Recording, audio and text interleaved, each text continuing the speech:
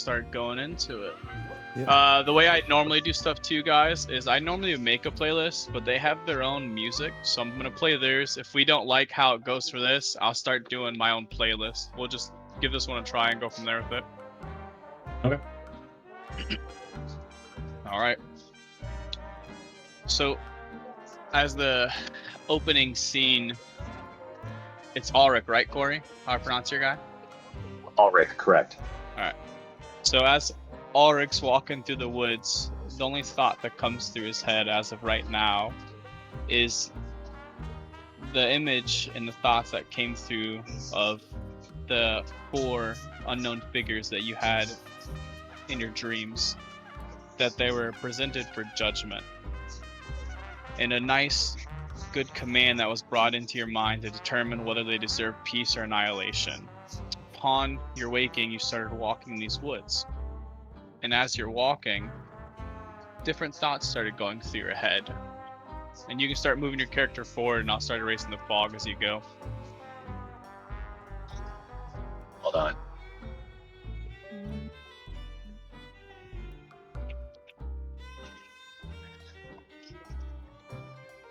All right. So as Ulrich is walking through this area, through the woods, ever so vigilant, what the scene is setting is this large human man who's wearing a combination of leather and armor.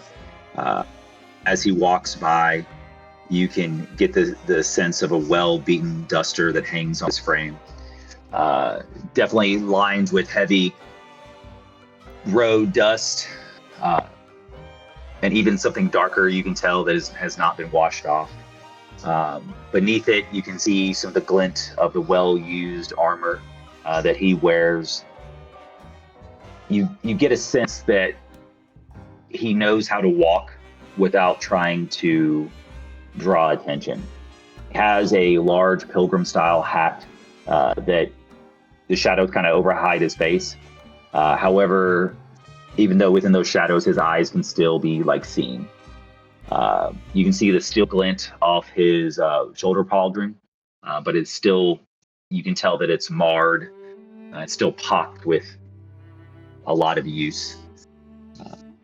He walks, like I said, without trying to draw attention, without trying to let the evil that is at bay, that he feels that are constantly surrounds him. A pendant comes across his neck.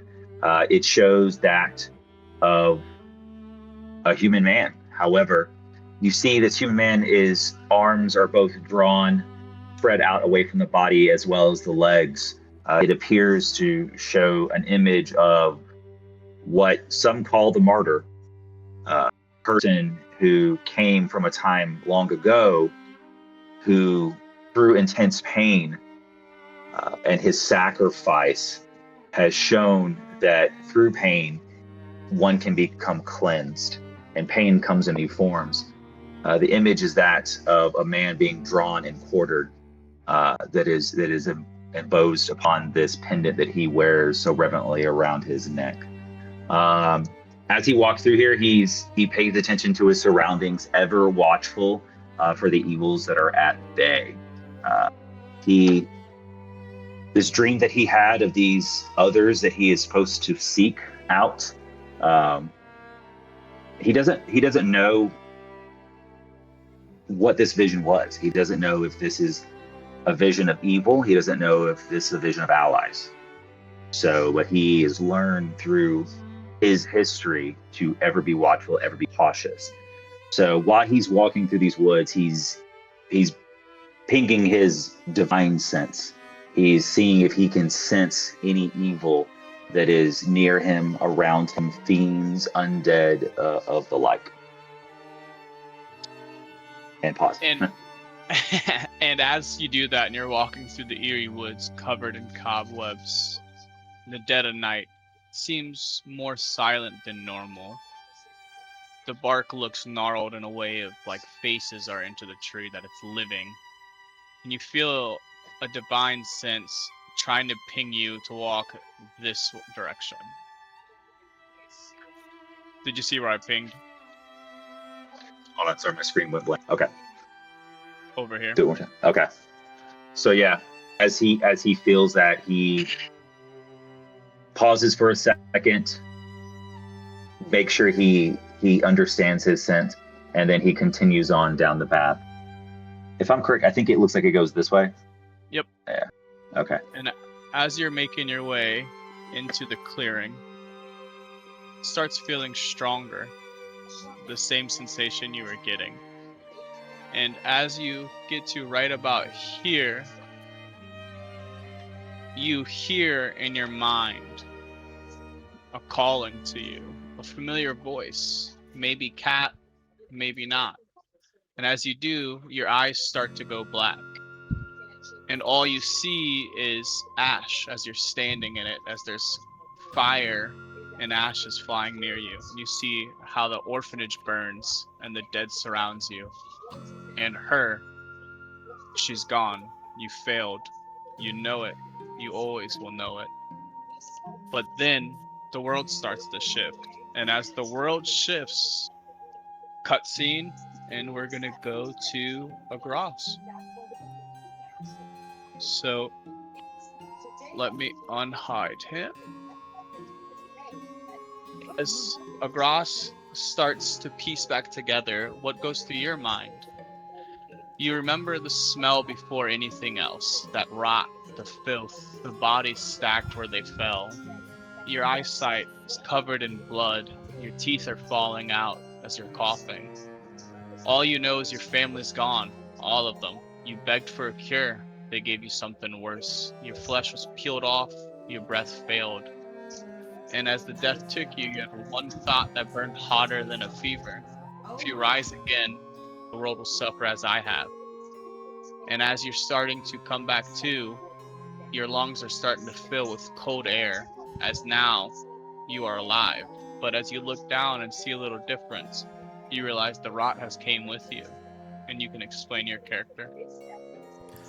So as Agros kind of feels the cold air enter his lungs once more, he realizes that it doesn't actually hurt to breathe, perhaps the first time in many, many years. But as he looks down at his hands, he realizes that they're covered in fur, and he has gruesome looking long nails. He feels on his chest, and it's completely covered in fur, with very tattered robes. He would probably look extremely confused, not knowing what the hell is actually going on, because he can't actually see himself, right? Then he turns around slightly, and his tail would whip against perhaps some of the stone walls, and he realizes that he has the appearance of a rat, right? There's a guttural, like a guttural cry almost, remembering the final betrayal, as everything kind of floods back into his memory, right? Question for the DM: would I hear any footsteps of Alric approaching? We're gonna pause before we get to that Okay. point, but because we're gonna go cutscene for every person. So Excellent. as soon as you're done explaining, and then we'll come back and you can go to answer what you're gonna say. The next person, as they're starting to reform, is Edor. Am I saying that right? Edor, but Edor. close. All right. Yeah. Sorry. No, you're So good. what you get going through your head, right? You hear laughter, not in the crowd, but you know the fool. He's beside you as he grins. As the blade rises, he looks at you and says, "We're bigger than this." You try to speak, but fear steals your voice. The blade falls, then darkness. Then you wake, but something is wrong. You can feel, but not move. Now you hear it again. Told you. As you turn, you see only a head smiling.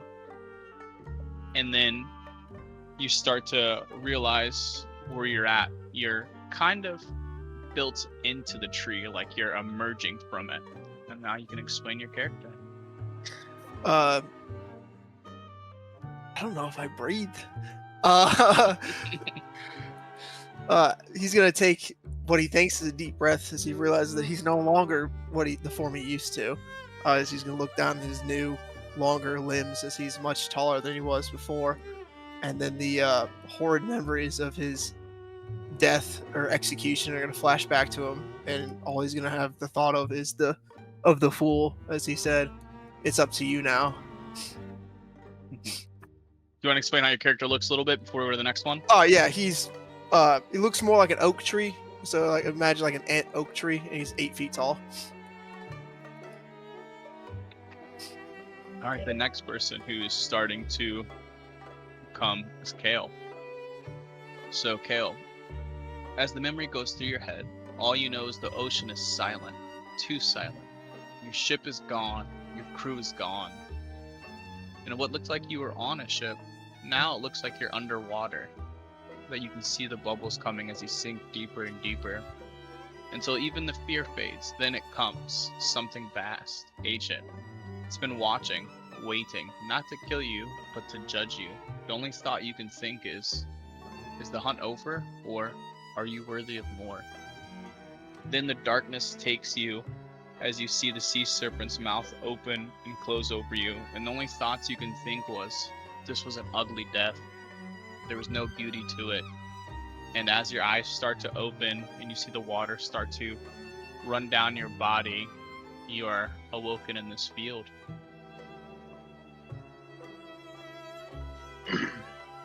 Okay, what you'll see is still sort of semi-human, sort of tattered black leather clothing. It's got a scimitar on his side, and a black powder pistol. I suppose waking up from that, he'd sort of be confused, looking around, see what we can see. He's going from the ocean into the middle of a field. Yeah, and I think I'll pause there until you say we're all going to sort of notice each other. The next one coming would be Sereth. So Sereth, in your mind, you hear your daughter laughing. She's alive. She's whole. The bargain worked. For a moment, a brief moment, you believe it was worth it. Then your body starts to fail as you collapse and you fade. You feel the strength leave your body, and the last thing you feel is the amulet against your chest. The one that was given to you, feeling like it's watching, waiting. And as you wake, and you look down at the ground, you see something sinister. It's like something came back with you, your shadow. It's moving without you moving, and it's looking like it's watching you, every movement you do. So yeah, you guys would see this very small, 2.5 feet tall, red-skinned, impish woman with a scorpion's tail. She is clad in some flowing dark robes, very traditional acolyte or warlock robes, and her tail and horns are adorned with brass and bronze chains. And like mentioned, she has a necklace with an eyeball affixed in the center of it. And as she comes to and sees her shadow, she would reach up and grab the necklace, and probably notice for the first time that her skin is now red like fire. And she would just have a bit of a cynical laugh as she realizes everything is different, except the hag's gaze is still with her. And as that happens, all of you have awoken at the same time, including Ulrich. But Ulrich, what you see is like these incorporeal beings being pieced back together in front of you, slowly. And then a voice goes in your head. It's ancient, unyielding, and it speaks. These souls are unfinished. Judge them, redeem them, or destroy them. And as you start to reach for your blade, I want everyone to give me a perception check. First rules of the campaign. Perception, you said? Yep. Let's go. That's great. So many dice. Someone got the So the only two people to notice would be Kale and Ulrich. So Kale, what you start to notice is Ulrich's reaching for his blade. At least that's what it seemed like, but his hand doesn't go for there. He reaches into his pocket, and you see a glow. And Ulrich, for some reason, when you were reaching for your blade, it felt like you were compelled to pull your hand into your pouch. And as you do, you pull out 5 tickets that are glowing. And on the tickets, faintly has 5 different names. One of them is your name. And Kale, what you can spot from how far away you are is your name on one of those tickets as well.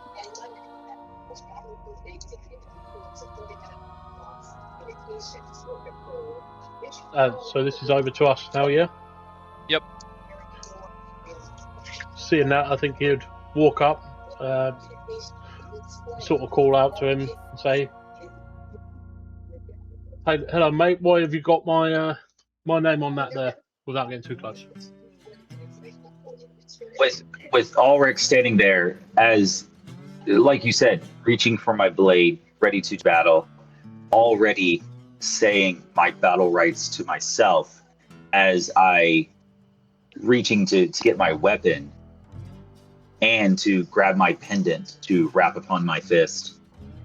I suddenly find myself with these parchments in my hand, these tickets. I'm not sure how they appeared there or how this other individual who I just watched materialize in front of me, is even possible, because this is only a thing that I would ever see as evil. As of right now, though, is my divine sense, what is it telling me? So what you're picking up as everyone was getting formed in front of you was in your head, strong like a headache. It pierces your mind.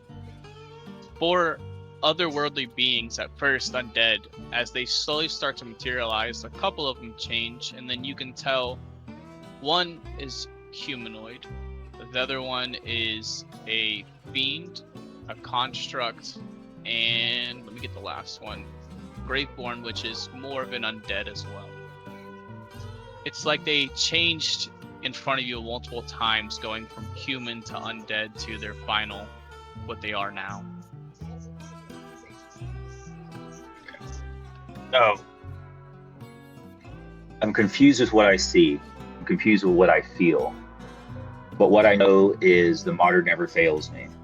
As of right now, I'm not sensing them as these evil constructs. I look down upon the ticket. I see writing on there. What kind of writing do I see upon the tickets? Is it just general stuff, or? So as you look at the ticket, it's gonna glow in a faint silver, just written on there. Just has you guys' names, and it's just a normal ticket that says Druskenbald. I look at it. I look upon this creature that is speaking at me, and I say, "Your name, sir." My name be Kale. I look upon the tickets as I thumb through them. I find one that says Kale, and I lean over and I hand him his ticket. I'll take it. What is this? What's this for? What's this mean? I thought you'd be the one to tell me. Your name is on it. No, I don't know. The last I remember, my ship sank, and then here. And you have my name on a ticket. Maybe the martyr wants us to be together. Maybe we'll be enemies, maybe we'll be friends. Only time will tell. Do I notice the others at this point? Yeah, they all happened at the same time. He just was the first one to walk up to you. Okay. As I look at the rest of the tickets, I begin to kind of just call the names out. Sareth would definitely try to dash behind a tree or something and make herself scarce if possible. Yeah, do what you got to do. I say, yeah, You're maybe gonna like see, right to here. see down here. So After you hear, after Adar heard the conversation and everything, you see him as he slowly tries to struggle to get away from the tree he's coming out of because he's trying to get used to this newer body. So he's looking at himself. He's gonna walk up to them. He's like, "Were you the ones that brought me here?" What the fuck is that? I could say the same to you. As you hear creaks, like wood creaks, you know, like floorboards or whatever. So I point it towards you.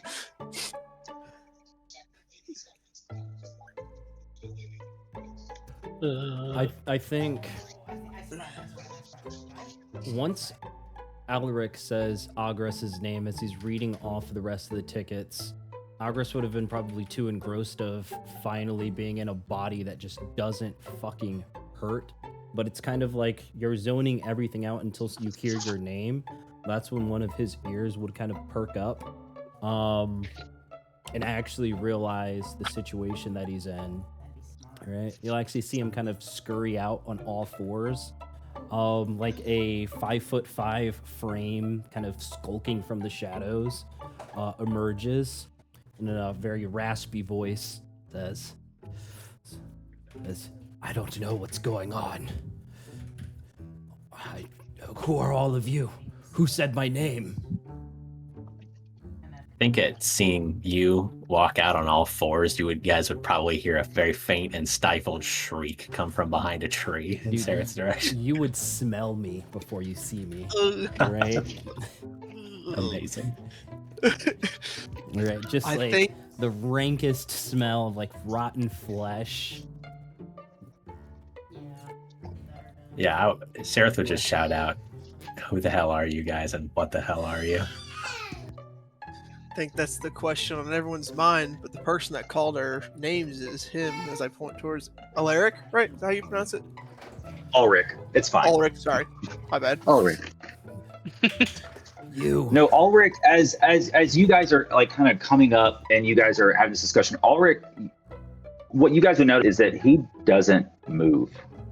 He just stands there and he is almost statuesque as he looks, and I would believe that you guys would get the sense that it's almost like a coiled viper, right? He's there, constantly ready. He's on guard. He himself is he's doesn't seem like he's at, you know.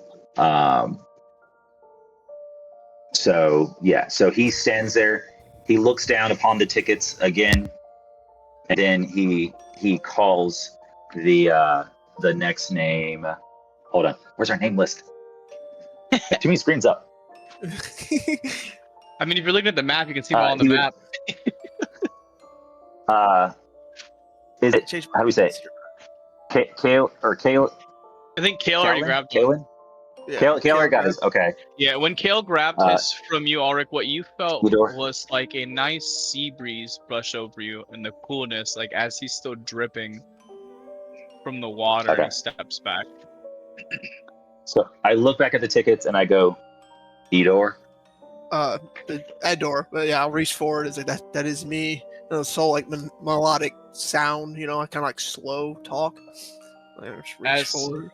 As Edward grabs that ticket from you, Ulrich, in both of your minds, it looks like, think of old photo frames, but shattered time-wise, right? As both of you just see different images going through your head, and then a train. And then all of the images stop after he takes that ticket from you. What the hell was that? I look down back at the next ticket and I call out Sereth. And then I look over at the rat, and I certainly kind of can tell that does not look like a Sereth to me.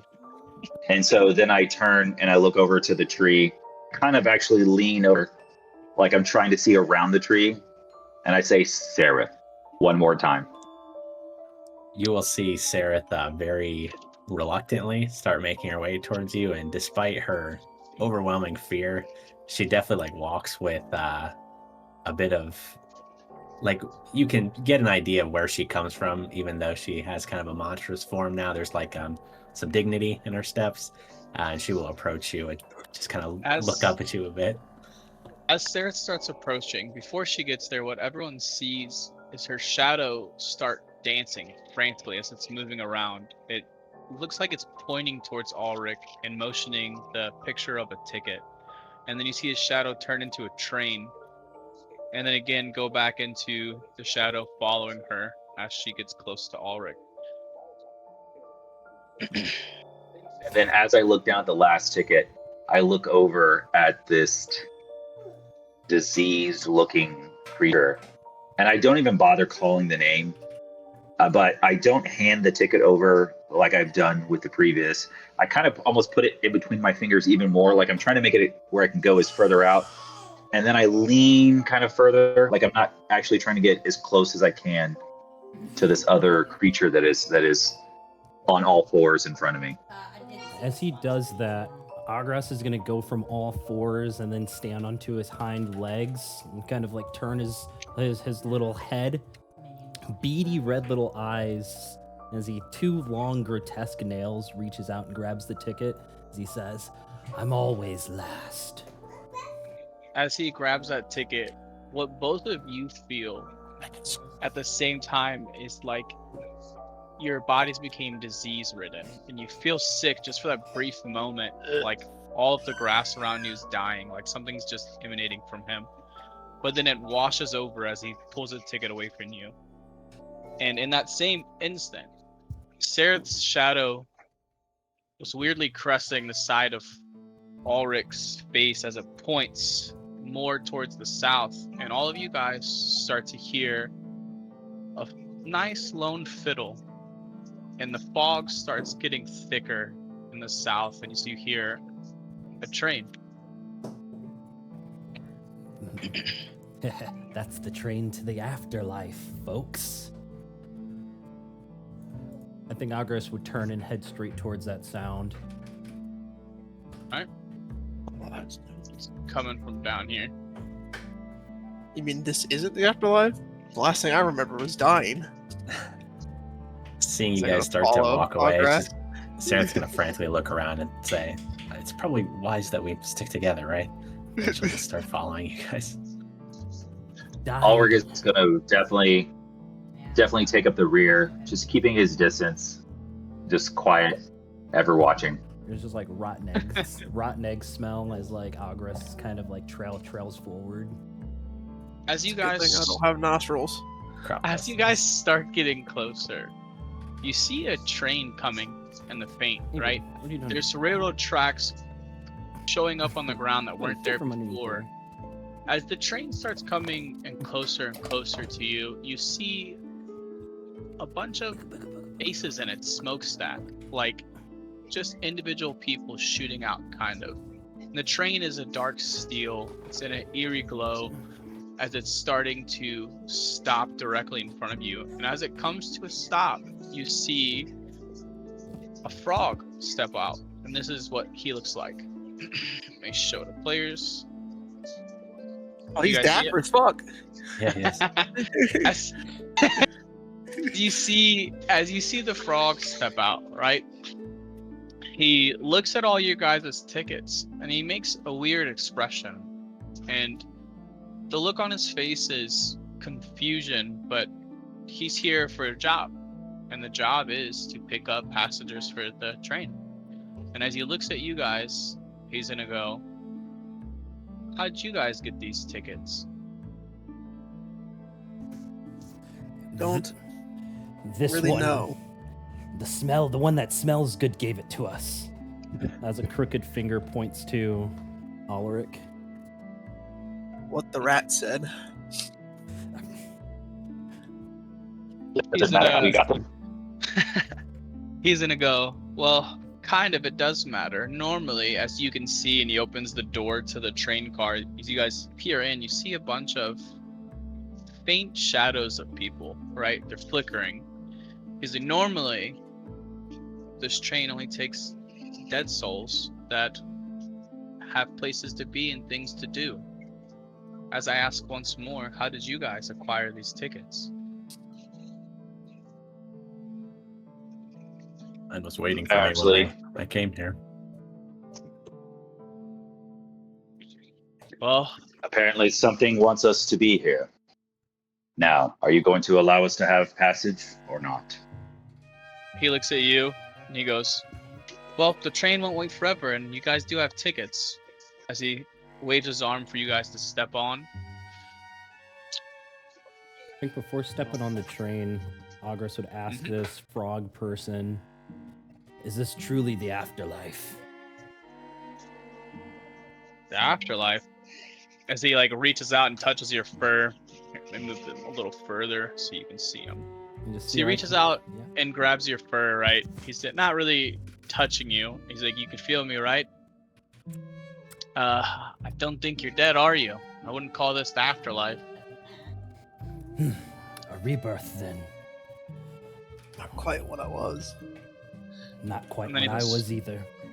He'll give you a smile and a grin as he looks at you, and you see his throat start to billow out. And then he looks at all of you and goes, well, everyone gets second chances. I think you'll do well in Druskenfeld then. So, better hurry now, as he gives you all a wink. The train won't wait forever. How tall is this frog gentleman? He is about, like, 5 foot. 5'2". Oh shit. He's got some height on me. All right. Sarenth will walk up to him Big and ass frog. I'll very politely It's a reach out to frog. shake his hand and say, thank you for giving us a place on your train, and I will show him my ticket and try and board. And he's gonna wave his head, bow his hat, put it back on, and allow you guys to step on. So Sarah's the first one to step on. Yep, Kale will get on and say to the others, come on, mates, it's got to be better than walking. All right. Yeah, And ours gonna take one last look around, and like there's nothing else here, so might as well see where this goes. So get on. Yeah, Agras is going to hand his ticket, beady red eyes kind of narrowing at the frog, not really too trusting, and then give a very glancing look behind him, making sure Ulrich's not up to anything tricky before he boards. As you give him the ticket, he's gonna grab it and put it back in your pocket and go, no, that's proof of admission. You gotta keep that. Don't lose that. Okay. Ulrich just gets on the train as he kind of slowly looks in there, looks toward the rear, looks toward the front, and then he just goes and finds an open seat. Like this is just any normal train that he's ever been on. All right. So Cool. here's a picture. Here's a nice little picture I made. We can go to the map whenever we get there. As you guys step on the car, it's filled with rows of forward-facing cracked leather seats, velvet curtains. They look like they used to be rich in color, but they're faded. The Ghostlight Express lurches forward as you guys hear 2 short blasts from the train's whistle, followed by a loud screech of the wheels that sound like a shrill note of a violin as it starts to chug forward. Moments later, the view of the windows on both sides of the car start to obscure, and you see shifting green smoke swims past the glass, completely revealing the realm beyond. You can't see anything anymore. And what else you notice is ghostly passengers that ride peacefully seated on the tattered remains of the once lavish upholstery.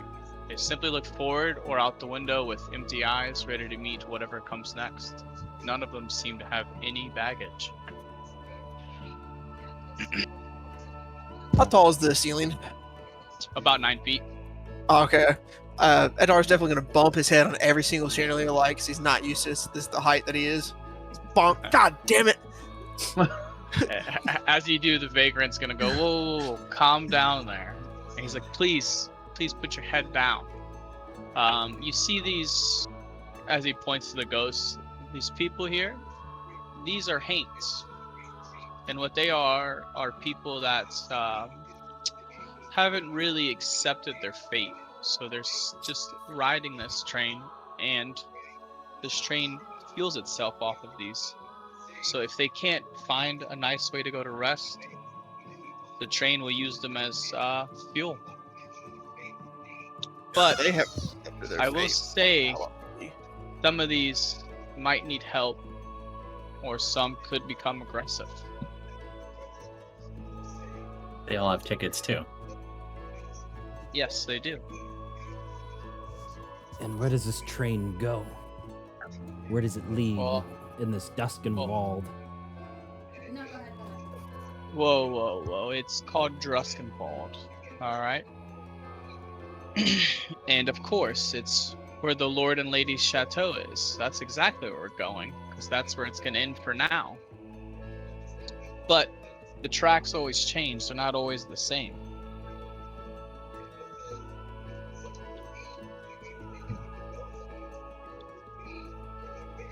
And Ulrich sitting in the cart, right? Yeah. What is he doing? Like, just to gotta ask, what is he doing? So he's sitting down as any passenger would. He. You guys place yourself where you need to be. Oh, okay. The middle's where we came in.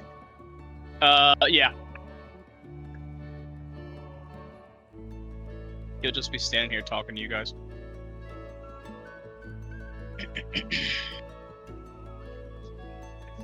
Zareth would have probably gone to a section that had some occupant and maybe tried to find a vacant seat near them, politely asking, "Is it okay if I sit here?" before hopping into the seat, very awkwardly, trying to get used to a tail now. As Sereth says that and sits down, the Haint in front of Sereth is just repeating the same thing over and over. I should have did better. I should have did better. I let him go. And as everyone's making their way to the seats, the vagrant's gonna look at everyone and say, "Hey, whatever you guys do not open the exterior doors or windows. You see that mist out there? It's dangerous and it can corrupt the people in here." Good to know. But not us. You're not dead. Mm. Is the haunt in between me and Alaric saying anything? Like The is Haint? it, yeah, the Haint. Is it like muttering anything? I It's just more so repeating different things and just like mumbling and stuff you wouldn't really hear, and it's just staring out the window with the blink. There's more Haints than those. I just put a couple on there so you guys would be able to Okay. understand. I think Ulrich would see. He would see how Seraph seems unease, and almost kind of innocent and childlike. He looks over at her and he tells her, "Be careful engaging with these spirits. You don't know what they may want or what they may do." And then he turns his head away and he continues to look out the window.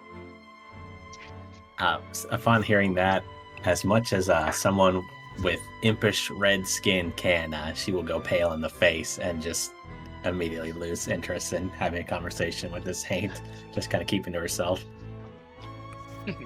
As Ulrich says that, the vagrant will step back up and go, "Well, they're passengers just like you guys, plain and simple. No need to harass them." I think once Agris gets settled into a chair, probably it's the first time in a very long time, he's gonna turn his head back and introduce himself to Edor, or as he says, "My name's Agras. What is yours? It seems we might all be in the same situation here." My name is Edor. It would appear to be so. At least the four of us are in the same situation. Not sure so much about the guy that had the tickets, though. Then Agras will turn towards Kayal, and in a louder voice, since he has to kind of speak across the aisle. "And you, may we have your name?" Of course, my name's Kale Vermount. And I've been around many places. I've never seen anything like this before. Me neither. My name's Agras. It's a pleasure to meet you.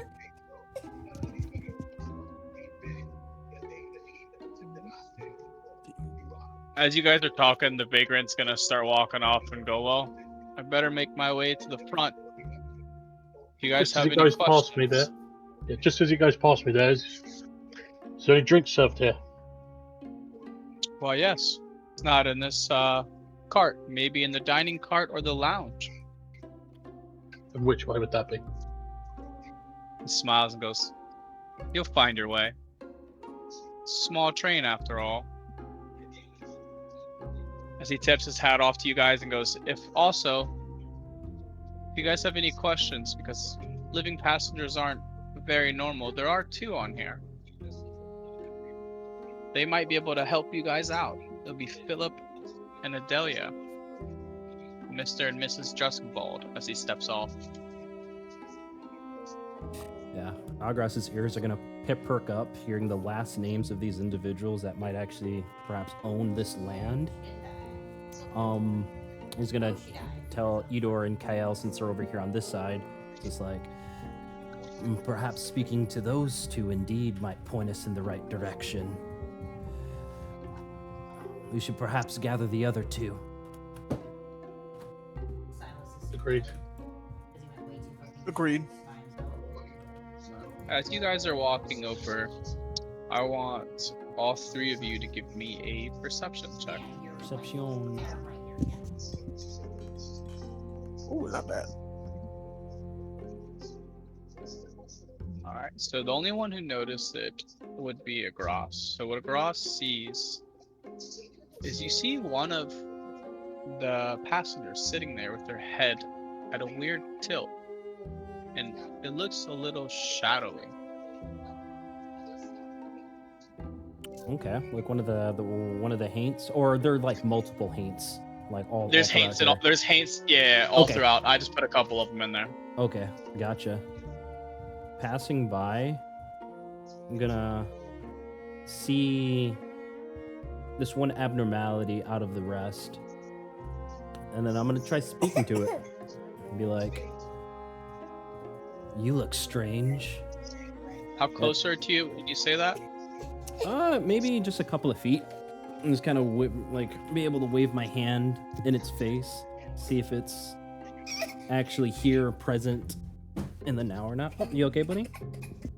Well, as soon as you go to wave your hand in its face, you'll see its head start to twist, like in a full circle as it spins. You hear some popping, and as that happens, you'll see its skin start to shoot out like branches as it starts to reveal itself as a shadowy figure opens up.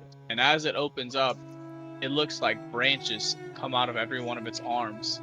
And when that happens, it shoots out into all the windows and breaks every window open. And as that happens, you see that mist start to fall into the cart as it starts filling it up slowly, and you see a couple of the haints look like they're starting to flicker fast. And as they're flickering, they start turning. And as this happens, I'm gonna need everyone to roll for initiative. It's initiative. Here we go. Ooh, first battle. I would like to say, as God a free damn it. action, as soon as this happens, Ulrich, he, of course, begins to stand up. He's like, "This is why I said, leave them alone." But yeah, 11. Alright, everyone is in there. And as this happens, let me change the music. Yeah, it's the Sword and Soul playlist now, Yep. right? Okay, gotcha. I already Sword and switched it Seal. Blink 182 is also acceptable. Yeah, first date, No, just kidding. play fine. up. First combat. Ah, let's that's go. funny. Alright. Dang, you guys did not get good rolls. And as you wave your hand in front of this phantom train hopper, he's gonna look at you, and as he looks at you, he's going to swing.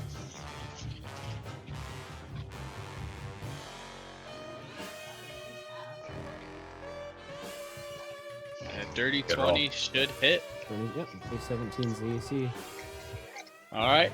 And as it hits you, you're going to feel like a branch came out and pierced your chest. And as it pierces you, you feel a little, goddamn, good roll again. I'm gonna use my 8 reaction. necrotic damage. I'm gonna do deflect attack as my reaction here to reduce it.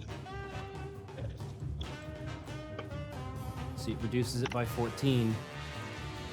Using my rat-like reflexes, it can just narrowly kind of. So as the branch goes to pierce your chest, now you can explain it as you're deflecting as it touches you.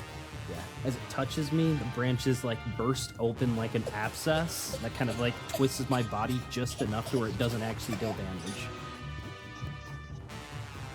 And what Ulrich sees as that happens is the branch shoots right past him, slams into the wall directly behind his head. Alright, next is Corrupted Haint. The Corrupted Haint is going to move close to Edor. And as it comes within, it's going to reach out just to lightly touch your back.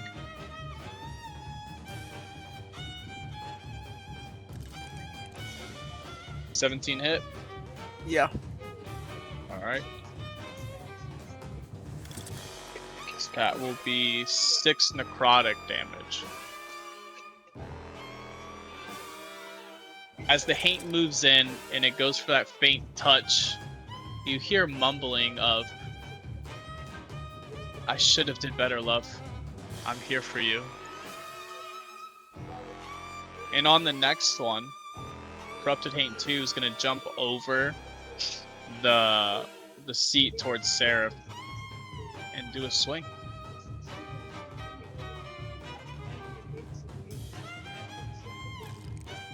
Good God, I'm rolling good today. Does a 16 hit?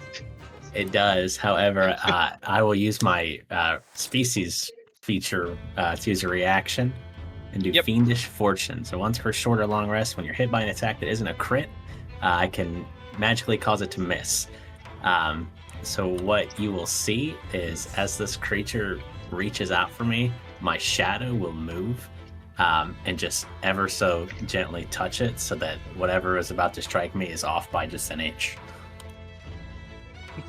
As it reaches forward, all you hear is, "I couldn't help my child. Now I need to end this."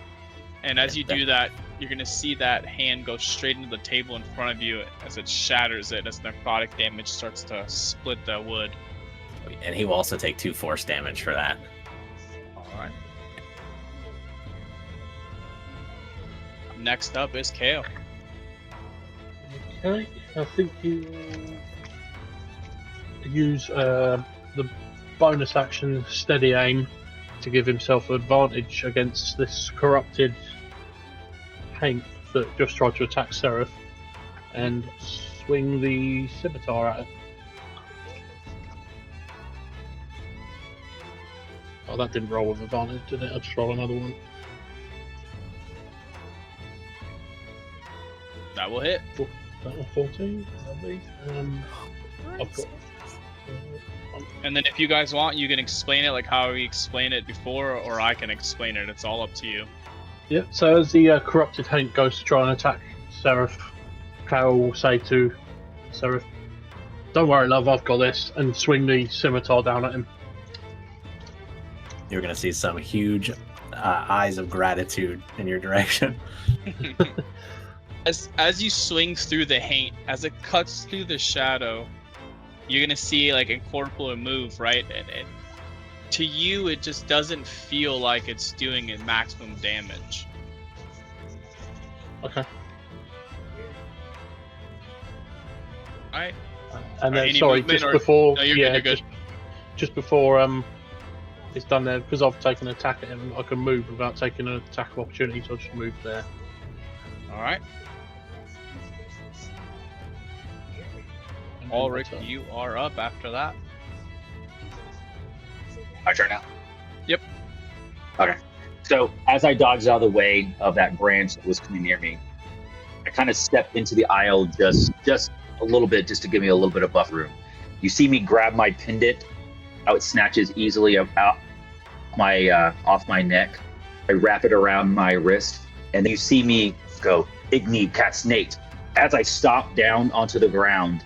And at that point, the ground splits, and little areas around each one of these haints, and you see fiery shackles come up out as they try to coil around each one of these spirits that we see.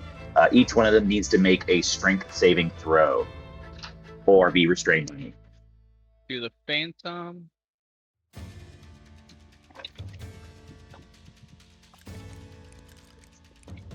I'm gonna guess the Phantom failed. Sorry, I forgot because I was steady aim. I couldn't move, so I've just moved him back. All good. I don't think any of these guys will be able to pass. They all got -5, but we'll do the rolls. Hell yeah. Fuck these ghosts. Oh, I'm gonna need to. God, a -3. -3. Yeah, so explain how the shackles come up. so what you guys see is like fiery, almost fiery cracks that come from the bottom of the train. You see these glowing hot red metal shackles come up as they go latch on with cuffs around the wrists, legs, and feet of these things. You hear these creatures squeal as they try to resist against them. At that point, you see Ulrich as he's standing in this more of a active attack position, and then he says Inferne. Then you see flames almost glow white hot on those shackles as they take 2d6 fire damage as my bonus action. Hold on. Hell yeah. Are they restrained? You said they take what? They are restrained. So I'm using my bonus action to ignite the flames to do 2d6 fire damage. I'm trying to roll right now. Gotcha. But they're all restrained. Fuck yeah. Good shit. All right. Definitely so gonna need it. So What you could tell with that fire damage is it doesn't look like it burned nearly as hot as it normally would. But they do have a movement speed of 0. And that's my turn. All right. 1 sec. So let me do the damage on everyone. And as you do that, and you see every one of them start to burn, the one in front of Seraph looks like it's starting to fade fast. Seraph, you are up. Her mind is definitely telling her to run, and as she turns to take off in the direction, her body acts in a way she isn't expecting, and her scorpion tail is going to come around and try and sting this thing in its center mass. Let's see if I can not roll like shit. Oh, nice. Good roll. That's a 22 to hit. That hits. For 4 points of damage, piercing damage, but I'm going to use my poison scorpion sting, so that will add 1d6 of poison damage. Let's see here. So what you realize is as you first hit, your tail did a little bit of damage, but as the poison comes out from your tail, it falls onto the ground like it didn't take at all. Okay, like a pool almost. That is- Exactly. if it had feet. All right. And then after seeing that not have as much effect as I was expecting, I will try and put some distance between myself and this creature and climb over into the next seat if I can. Yep, this one's gonna go for its opportunity attack. Ooh, that's a big roll. All right. And that will connect, and you will take 7 points of necrotic damage. As you're starting to back over that seat, it's like you're stumbled. You didn't go quick enough as it catches your heel and shatters the top part of that chair. All right. And that'll end my turn. And none of these have movement, right? yeah, I think they're restrained. Yeah. Yeah, that's Yeah. correct. Their movement speed is 0. Alright, so what you'll see from the corrupted haint number 1 is it's gonna look like a caged animal as it starts like shaking back and forth and can't do anything. Agras, you are up.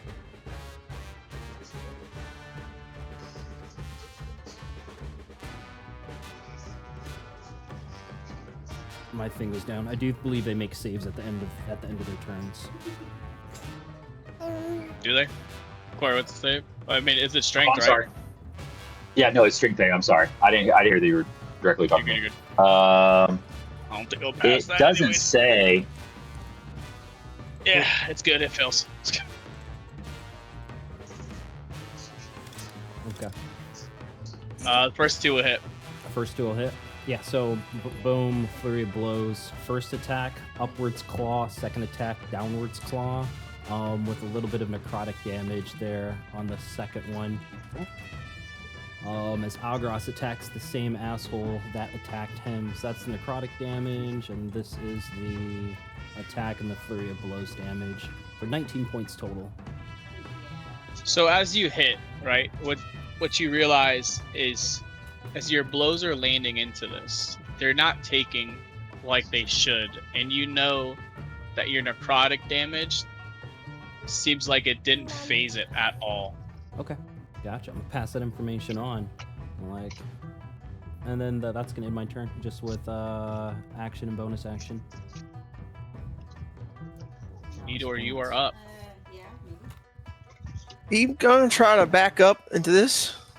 Okay. Let's see what that opportunity attack looks like. Give me 2 seconds. Yep. I'm gonna use my reaction real quick and cast shield. I believe that's what you can do. Yeah, but what's your AC normally? 11 or 10. Yeah, shield wouldn't help you. Oh, you're right. I can still use my reaction to use my one of my class features called Chronal Shift. As a reaction, you can, after a target you see within 30 feet of you makes an attack, ability check, or saving throw, you can force the creature to re-roll. You must make the decision after you see whether the roll succeeds or fails. Alright, let's see. Hopefully it helps. Oh, it did. It does. All right. Nice. So as you start to swing, that same shattered image that went through your head earlier is kind of like you saw it. It was going to happen. You're able to move out the way as his hand kind of glitches in time as they swing at you. And then I'm going to cast Magic Missile on number 3. That's just...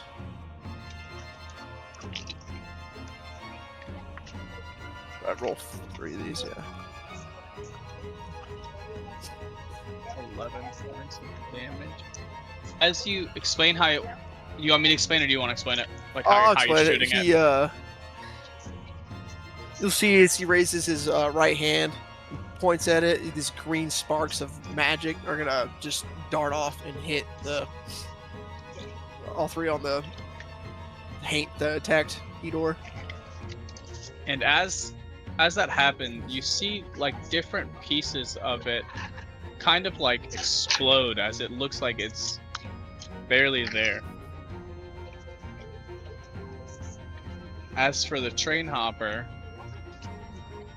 what you're gonna see is as it looks at the chains that are binding it, it's gonna grab the chain, look at Agras and Ulrich as it starts to like vibrate, and as it's vibrating, it's gonna kind of explode. And as it explodes, you'll see the shadows start to disappear. And then as for the corrupted haint number 3, can't really do much. It's gonna go for its saving throw.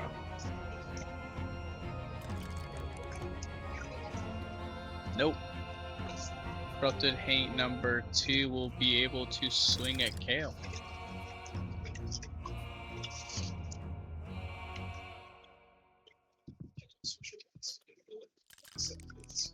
I don't think a 14 hits, does it? No, it doesn't. As it goes to swing at you, you're able to beautifully move out the way as it completely blows another chunk off of the seat sitting directly beside you. And now you are up.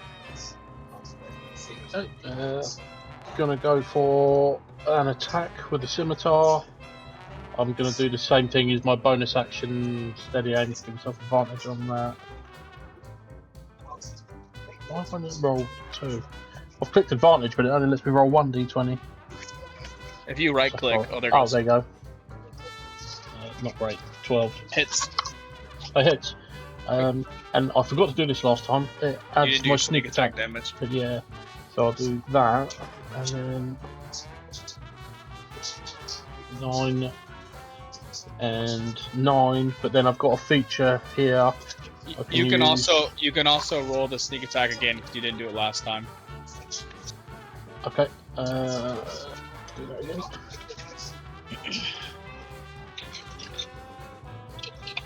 But I've got a feature here that allows me to bypass resistance.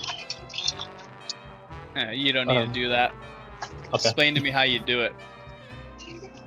So if that corrupted Hank goes to attack Kale, he moves out the way, and as he comes back, sort of back on balance, he swings the scimitar up, and as it goes through, I'm guessing it'll just distort it and fade it out. As you start to cut it through it, you're gonna see his face go back to normal as a smile washes across his face as it explodes into a green mist. Ulrich, you are up. So Ulrich kind of relaxes his stance as he sees that all these creatures were restrained on this previous round. He kind of stands up more, and he looks at the two Haints, and he sees the people in front of him, and he just calls for Infernae again, using his bonus action to cause fire damage to these creatures.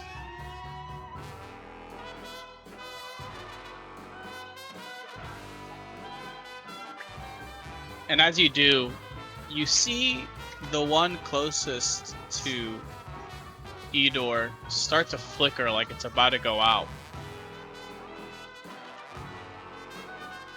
And that's my turn. That's all I do.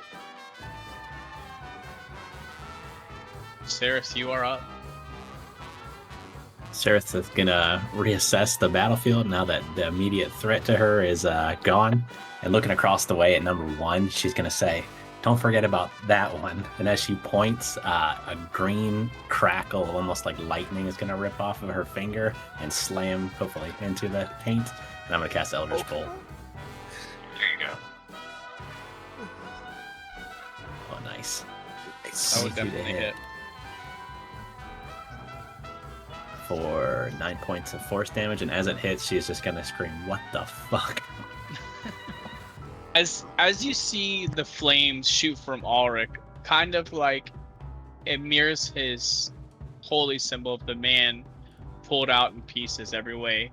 As it's burning the Haint and you slam straight into it, you see that Haint to give the same flicker of the other one.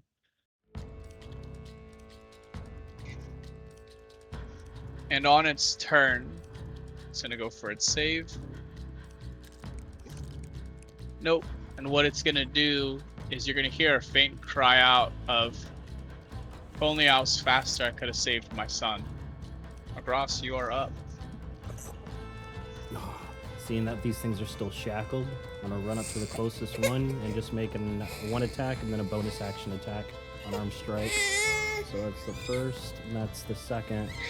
Nice. Both are gonna go through.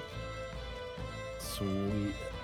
For 6 and 5, 11 points total there. As they just kind of scurry up real fast, and there's 2 lightning fast strikes at it. Buddy. Explain to me how you do it. Sweet. As the first one claws through, striking its chest, like a green streak's gonna go across it. The second one's gonna rip right at its throat and try to rip off his head. As he's going to shout out, "The other one got away, but you won't." So as you go for that swing and you saw the flame shoot up from the chain, as it does that nice flickers when you take the opportunity to end it. And as you hit it again, it explodes as that green mist starts to cover the ground. Yeah. And then I'm going to be just outside of the range of that other one. And that'll be it. Edor, you are up. I'm gonna use Focus Blast or Force Blast, my bad, on the Corrupted Haint. Hits. Free damage. You're gonna see him raise his hand up and just as almost as a distortion of space bends around a grass and just hits, like almost like an incontinuity to the reality in front of it as it just hits the Corrupted Hate. What kind of damage is it? Force damage. All right. As it hits him, you'll see again another image. But what the image is it looks like this Haint as a person reaching out to grab a child on a bike as the bike is flying into the road, and you see a animal going to run it over as the image cuts off. Kale, you are up. Unless Edor has anything else to do. Nope, that's it. Okay. Kale will Another country. use his steady aim feature, his bonus action steady aim, and take a shot with his Yummy. pistol. Crunchy is yummy. Crunchy. Yummy Hold crunchies. on. I'm gonna try one. I'm gonna try one. Be a nat 20. Jeez. Oh, there you go. That one. Okay, let's And go. that'll be sneak attack as well, will it? Hell yeah. Yep. Nice first crit of the game. Let's go. If I had to guess, it's dead. Big dash. It only had 2 HP left, so he overkilled it. Yes. Yeah, explain the pistol shot, and then I'll take it from there.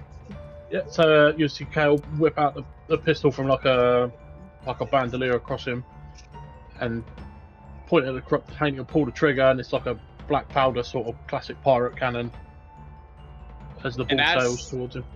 As that loud shot goes off, ringing goes in every single one of your ears due to this being such a enclosed space. And as it hits the Haint right after that image, after Edor hitting it, of him missing his child, getting ran over, not being able to save his kid, you'll see it explode into the green that goes all over the ground. And in an instinct, what all of you guys hear, let me change the music back. Change the music back. Got it. And what all of you guys are going to hear is the vagram. As every window gets magically fixed, all the damage that was done is gone. And then what you guys will hear is, wow, you beat me to it. I was going to ask if you guys could take care of that. This hasn't happened before. And I'm a fiddler, not a fighter. But what I will let you guys know is that Shadowy Stowaway let the mist into the train, which corrupts spirits. You guys have already found that out. But my main concern is there's going to be 6 Haints on this that are a little more prone to corruption, which is dangerous, because they are the source of the ghost train's fuel. Uh-oh. Are you saying we should somehow try to remedy their plight so that they can pass on? Are you asking him? He's talking to you. You can talk back to him. Yeah. As you say that, he's gonna respond as the Haints must be released from the train before it can be corrupted. You can either resolve their unfinished business that they had from life that still fetters them, or you can destroy them, if necessary. And then when you're done, you can meet me at the tender all the way in the front of the train. Then you should know that the one that caused this mayhem escaped before we were able to extinguish it. As you say that, you're gonna hear like a low sigh as he goes, well, looks like I need to stay in the cab to make sure no mist comes to the locomotive and messes with it.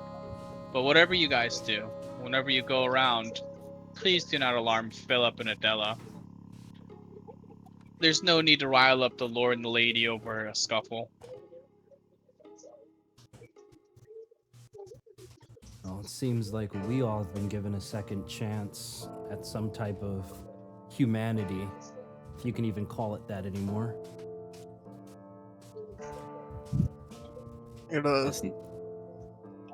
Sereth will just say this new humanity takes an ugly shape. Edor's gonna look at his now plant-like flesh. It's like, I don't know if I'm much human anymore, but second chance I can agree with. And as everyone speaks, you're gonna hear kind of like the end of a loudspeaker start to cut off as the flagrant says, "Speak to you guys later. See you when this is all taken care of." I think Ulrich would make a motion, just a quick little hand towards Ulrich, and ask, we've all said that we've died, but you've made no mention of it. Are you from this Druskenwald? Or did you also come from someplace else? Some other life? No, I am of this world. I've never been to this town. I travel the lands looking for the evil that lies throughout. To the next town, to the next mission. I do not know this place. I just know that I was called to be here.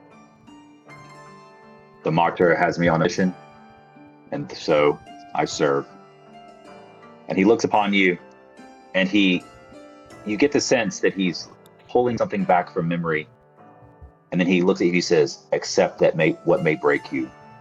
Even the faithful will falter, rise again to become the lesson for others. And then he turns away from you, and then he goes and just sits back down on the train. And perhaps you shall serve as a treasure trove of knowledge and information. He just gives a harumph.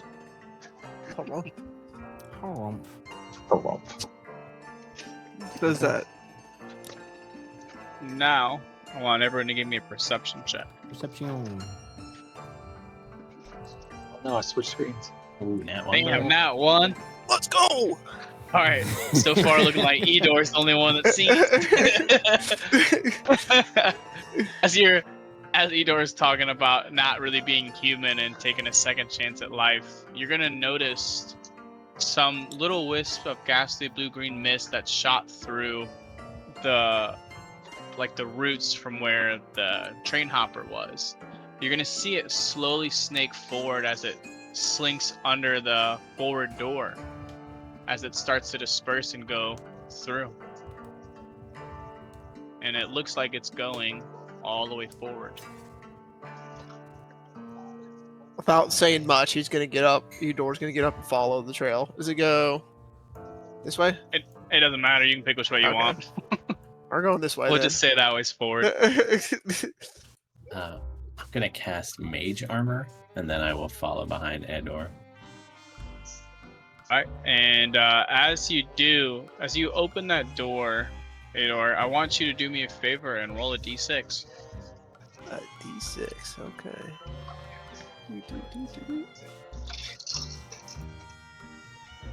2. Okay.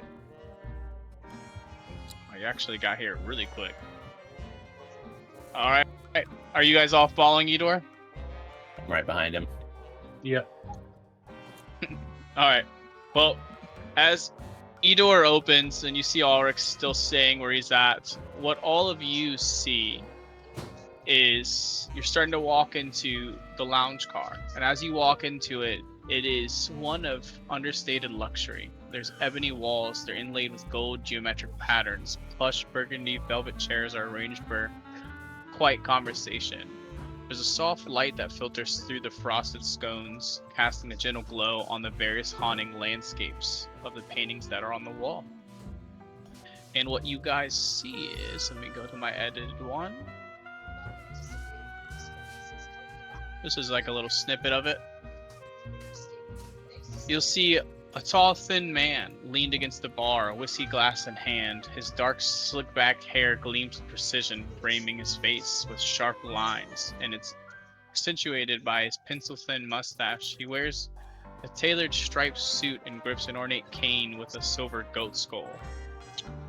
Sitting beside him is a shorter woman with curly brown hair who's wearing a shimmering flappered dress, champagne flute in hand. She laughs slightly, and you guys also see a haint sitting there of a woman looking sad.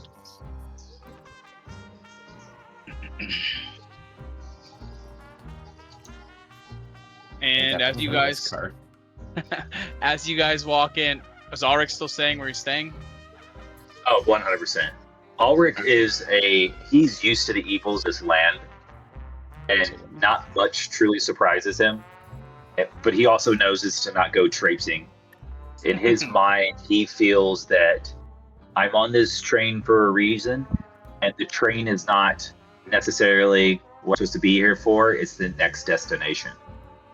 So he's very content sitting there. You guys can all move your people on there.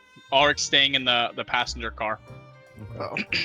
What Is it? Let me ask you: is it loud on this train, or is it like a typical train, or would I be able to hear stuff if things possibly?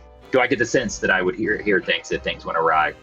You in that know you next wouldn't be car? able to hear nothing in any other doors. There's like a magical barrier in between the doors. Okay. Cool. Yeah, I'm gonna stay seated for now.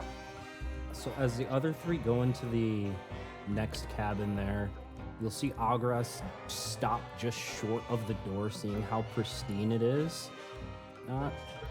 And I think you guys would see him be very hesitant of taking a step in here, as if he can't believe how posh a place like this could actually exist. And I think he'd be fearful to actually step inside here and just kind of stop outside the door. As you guys are entering, you're gonna see Philip and Adela both look to you guys with like an adorned look of awe, right? Clearly two lovers, the way they're interacting with each other as they motion for you guys to come in and go, wow, guess we haven't seen living people in such a long time. Would do you think Sereth would have noticed Agras's hesitation to come in? That's up to you, would you? I'd like to think so. And if she did, she would just kind of maybe try and reassure you that you're no more hideous than her new form. We're all a bit of a misfit crew here, and try and see if she can give you the courage to walk through the door, cross that threshold. Ones that live in such glee and pleasure have only treated ones such as myself like the scum. As you say that, you'll hear Adela look at Philip and go, oh dearie. He's very mistaken on how this works here. As she looks to you and she pulls out her tarot cards all across the table. I've seen why you guys are all here. I know the real reason. You had a horrible life. Why not live this new one with better intentions? As Hearing her say that, sorry, go on. No, go ahead. First. Cal was just going to say, old habits die hard. I don't suppose there's any rum around here, is there? As you say that, Philip's gonna give you a nice smile as he walks over to the bar. He's gonna pour himself a glass of whiskey, and then he's gonna reach below it and pull out a nice big old container. And then you see Adela jump in and go, he doesn't like glasses, honey. I've seen it. Just hand him the bottle. He'll be fine. And I think Thank you very much. I think once Agras hears Adela speak and say those words, he's probably like take a nice deep breath, take a look at his hands and see his form and say, I guess perhaps not. You can't shake everything from a past life. And very tentatively, but very uncomfortably step in. As you step in, the door behind you shuts, and you see outside the window that same magic sheen of the ghost train, that nice greenish blue faces on the outside of the glass. And you guys all know Ulrich stayed behind.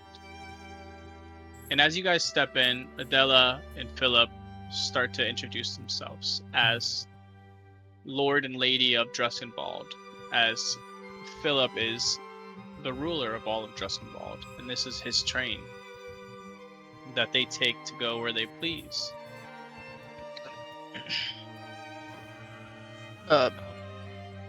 Edor is gonna approach them and say, maybe we can get some straight answers from you. Do you know why we all mysteriously woke up in these lands and had tickets with their names on it? She smiles, she looks at you and goes, wrong time, wrong place. But That was maybe you can get good answers out of this. As she pulls out her tarot cards, please let me read them. Would you like to join? what do I Yes, I'll join. What do you need from me? Just Yeah. pick a card, any card. And then what I need you to do is roll me a d12. D12. She offering that to everybody or just Edor right now?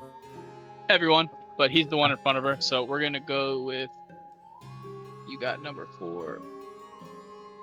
Alright, so what you see is. Let me make sure I can pull up the card for you.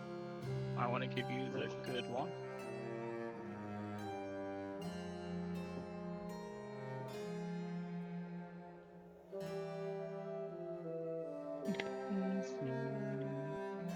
If everybody else wants to pick up a card, would you want us to roll or save it? Yeah, here, this is what your card looks like as she picks it up as the Emperor. Emperor. And as she reads out, you ever wanted complete control over your life? You're in luck. The Emperor promises that in spades. Sure. You gotta do a bit of work first, break some habits, change a belief or two. But if you do that, you'll be the one dealing the cards, not losing them. And then as she... Oh, I didn't show the player. Here's what your card looks like, my bad. And that's your card as she reads that out to you. And then she goes, now while you're here, my visions are strong, but I don't think they're the best. I do know how you passed, and I know why you were brought. Your friend in Nether Cart was given a vision to escort you guys to see if you were worthy for living this new life or not. But me and our dear Philip wish you would help us out in Druskenwald.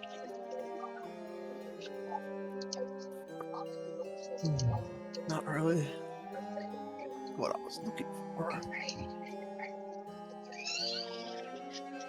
Does everyone have to talk in such riddles in this place? I wonder.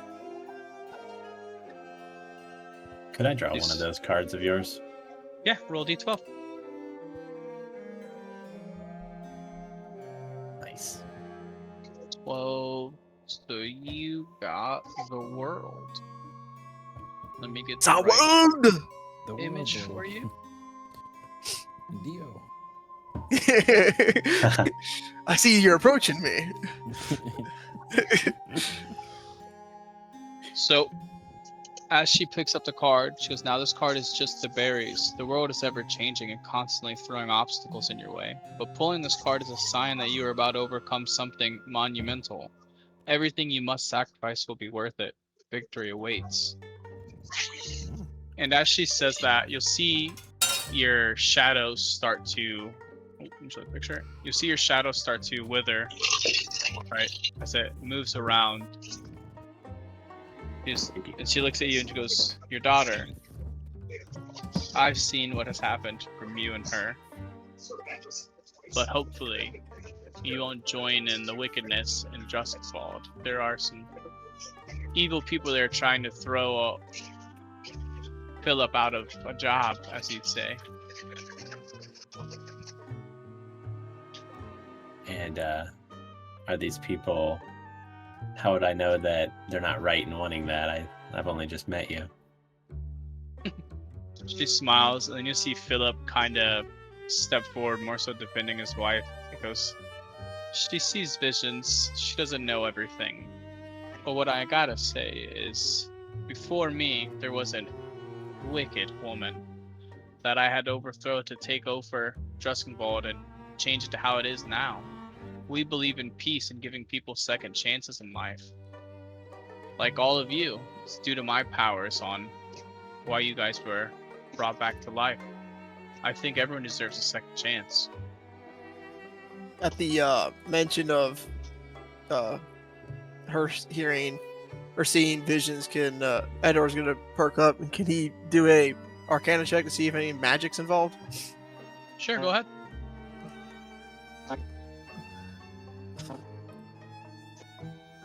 So, what you can notice isn't really a magic, it's more innate to her. So, yes, there's a faint hue of magic probably coming from it, but it's not her using magic to do it, it's just something that she was born with. Fascinated. I wonder, what are you?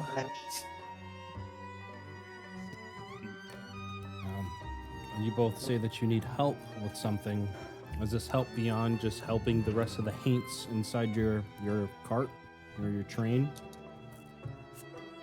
He goes, "What's wrong with our haints?" I'm just gonna explain the voice that we heard, and explain that. Oh shit! Actually, never mind. I'm not gonna explain that. I'm just gonna Revealing say, too much. I think Agris is gonna be like, nah, it matters not. But what can we do for you? If you Well, are the ones first to of give all- us a second chance at life. Well, first of all, I'd like to invite all of you guys over to our place for dinner when we get back to Druskenwald.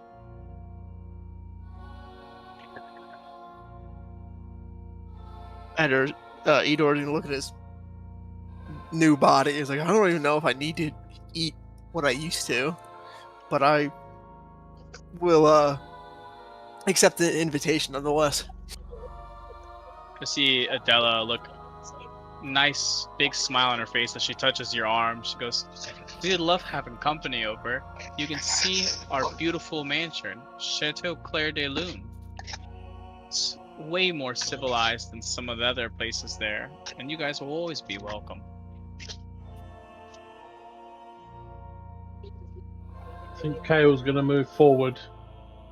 Just tap Edor on the shoulder and say, "You never turn down a good meal, mate." As he goes, "Can I draw a card?" Roll a d12.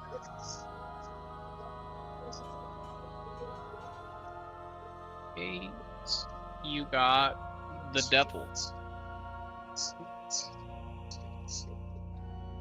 Pull up your card. So let me read it for you. That's creepy.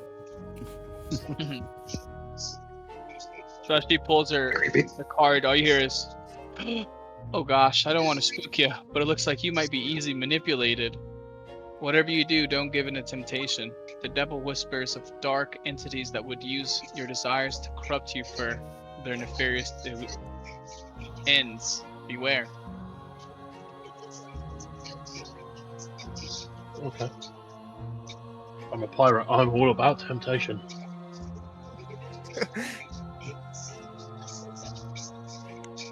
Sartha's gonna look at Gross and ask if you wanted to draw a card.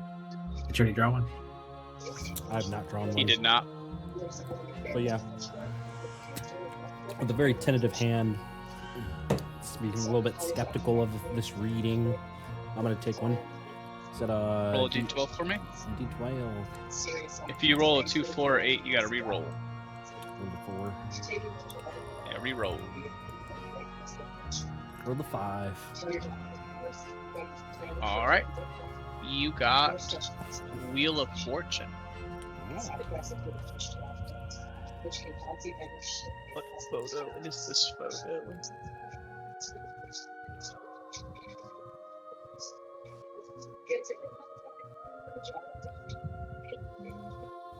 So as she pulls your card, she's gonna go. She looks at you and goes, "Everything's about to change. Fate can be a bit scary when you have no control. But don't fret, what is to come is the direct result of choices you've already made. Since the Wheel of Fortune never stops spinning, you can always make new choices to correct the path.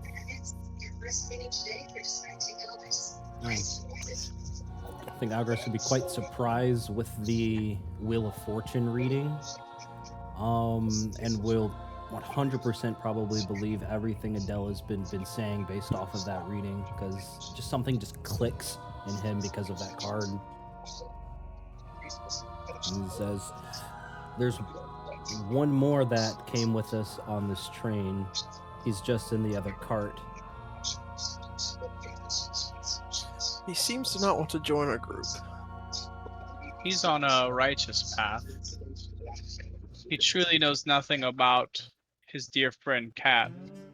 But I wouldn't bring that up, you might spook him. More so of let him open up to you instead. He's here for judgment. You guys could either be judged good or bad. And what fortune have you already seen for him? I saw everything. That's how I brought you here, dearie. You're the one that brought us here. Oh no, not me. I just see everything. More so Philip.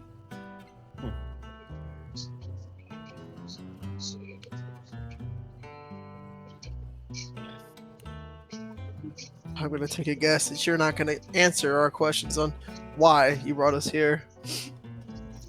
Looks like they needed some help with something. As you say that, she's gonna look kind of like dumbfounded. She's like, I thought Philip already said why. I think your friend already just answered you.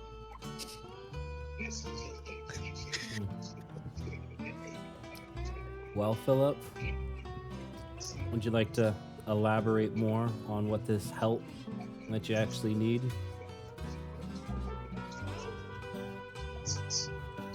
You'll see Philip take a big drink of his whiskey as he fills up his glass again, and he goes, "Now's not the time or place to talk about it. I'd love to talk to you back at our mansion. But what I can let you guys know is I'm the lord over where we're going, and I have a lot of control in what's going on. But I don't care about the semantics of taking care of everything too much, and there's some wicked people trying to overthrow my power and turn it back into more of a cult."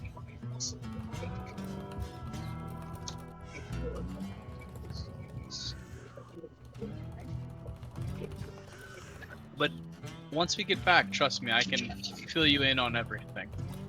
Do you know how much longer this train ride is going to be? He chuckles and goes, different every time. I truly don't know how many stops we'll make or how long it will take.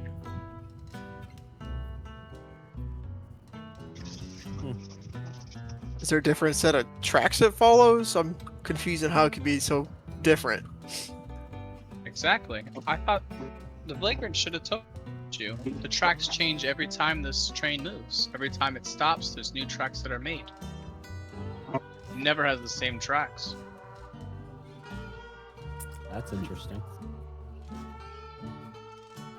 Sarah's going to point towards the songstress and ask if that's an acquaintance of theirs. She's gonna go, not really an acquaintance of us. She's more of a haint. She's one of our passengers. Is she always in this cabin with you? Oh, haints are bound to whatever cabin they're in, so she's kind of stuck here. And this is what you guys are looking at.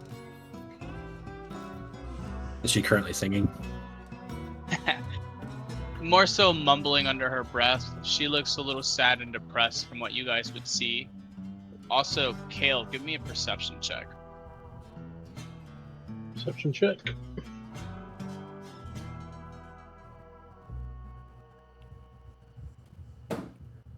Alright. So, what you notice is a beautiful painting on the wall, and what drew you into it was the rocky coastline with a rolling sea. Looks like it's stretching to the horizon at sunset. The painting is vividly lifelike as it's moving back and forth. It seems like the waves are about to roll whenever you're not directly looking at it. Looks like they're gonna come straight off the page. He's gonna sort of stare at the rum bottle and see if he can catch it in his like peripheral vision. Are you talking about the painting that you caught in your peripheral vision? Yeah. Yeah, the yeah. painting. That was everything you saw as you were looking at the rum bottle. Okay. Just a beautiful painting that caught your eye from the ocean moving on it. He's gonna ask Philip, what's the deal with the photo, the painting there? It's lifelike. It's moving. Philip's gonna go, everything's magical here. Look at some of the other paintings, as you'll see some depicted of forests, other ones of open fields.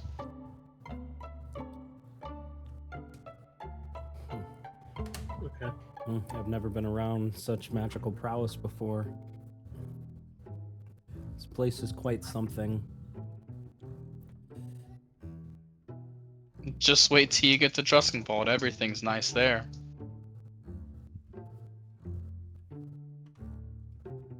Have you seen many folks that look like us? And she'll just kind of gesture to the tree-like entity and the rat-like entity. Oh, there's plenty of people like you all throughout the towns. Well, And that's, any that look like me too? Yeah, plenty of people have tails. Not all are bad. Fair enough. well, that's good to know. But since we have such a long train ride ahead of us, perhaps if we can get that songstress there to liven up the mood, perhaps that can help settle some of our nerves. As you say that, Philip will look at you as he starts to walk over to Ardella as they sit down and start just chatting and go, well, you guys enjoy yourselves. You want to take a swig of this if you've got nerves? I will gladly take you up on that. I'm gonna see if I can't drink with this new anatomy. There we go. Just like water in a tree, right? Exactly. Like water. Pour my feet. Yeah, I'll take a this big is swig of delicious. your rum. Yeah, and are we passing around the bottle or like doing like glasses? Yeah, pass it round. Passed around. Okay. Yeah, I'll just take a big swig and hand it over to whoever wants it next.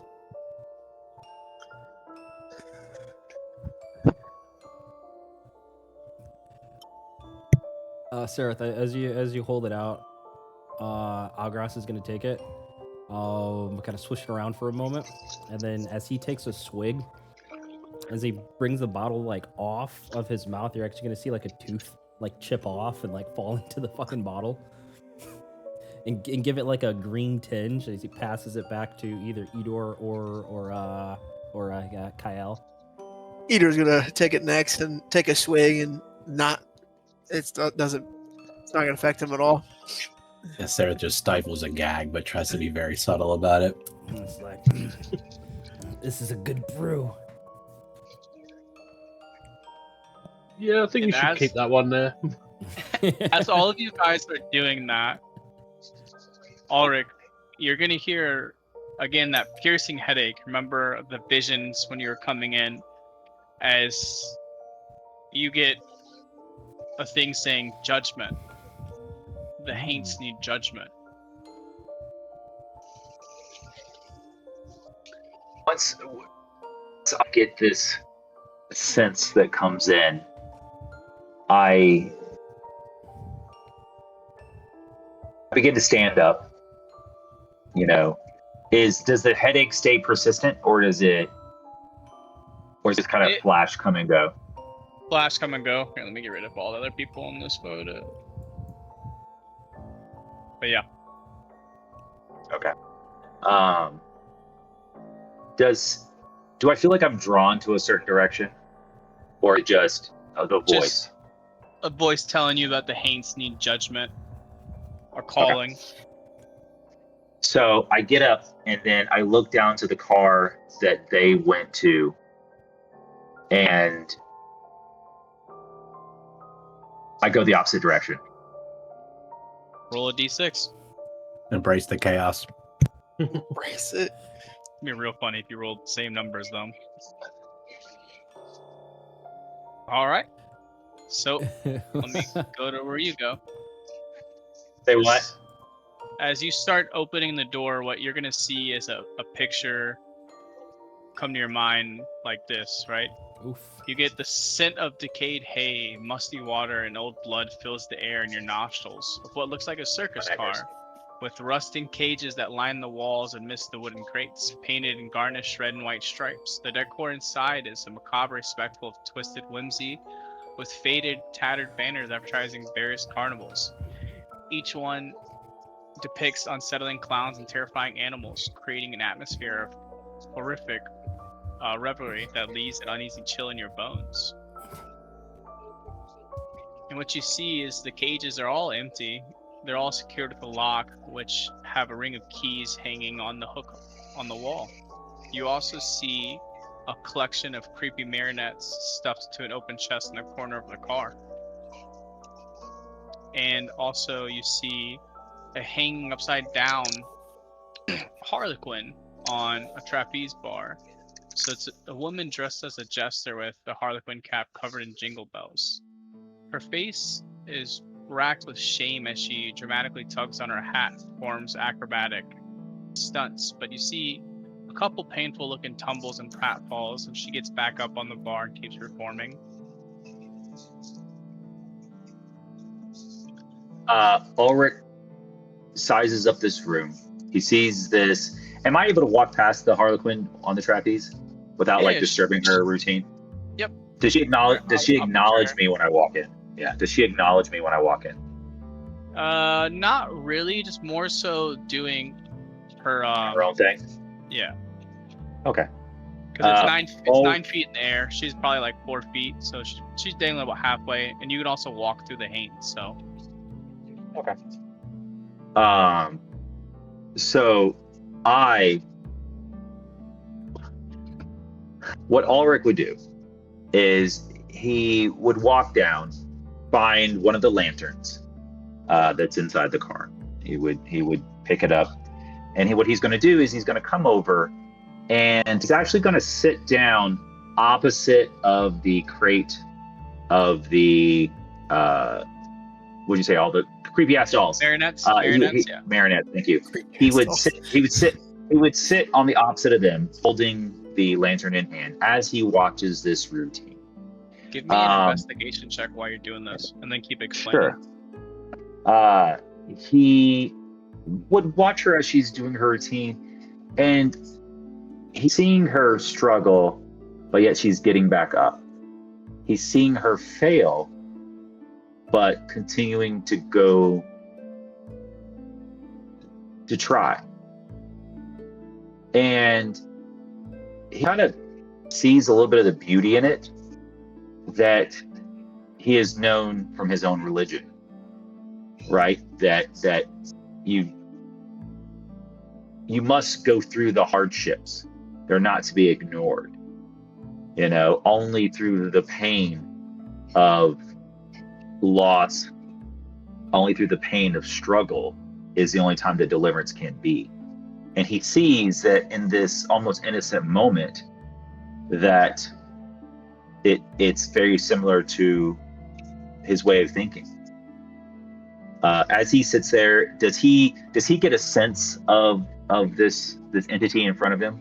Does he get Just, from everything that you've been told from the vagrant, that these are just tied to here and they fuel pretty much the train, right?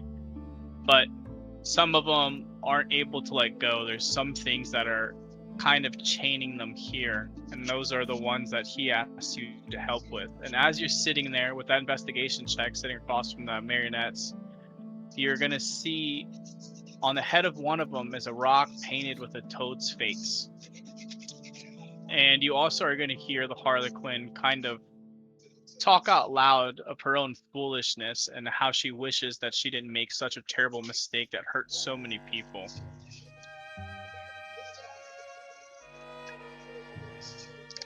When he hears that, he says, "Only through pain can we learn what value is." He says to the Harlequin. She's gonna dangle down. Well, let me go back to the other one so you get a good look. She's gonna dangle down more so towards you and goes, "There was too much pain. I didn't mean to hurt that many people. I accidentally opened the cage of a tiger that went on a rampage and killed dozens throughout the carnival. It even killed me. I wish I could be certain that it would never harm anyone ever again." He says to her, "It was only a beast acting in its nature. Things happen for a reason. Just as you and I are sitting here having this conversation for a reason. Is this what keeps you here? Is this pain the thing that holds you into this place?" So, what are you trying to do with asking these questions? Are you trying to help her get out of her ways, or are you trying to understand? I'm both, actually. I'm trying to Okay. see is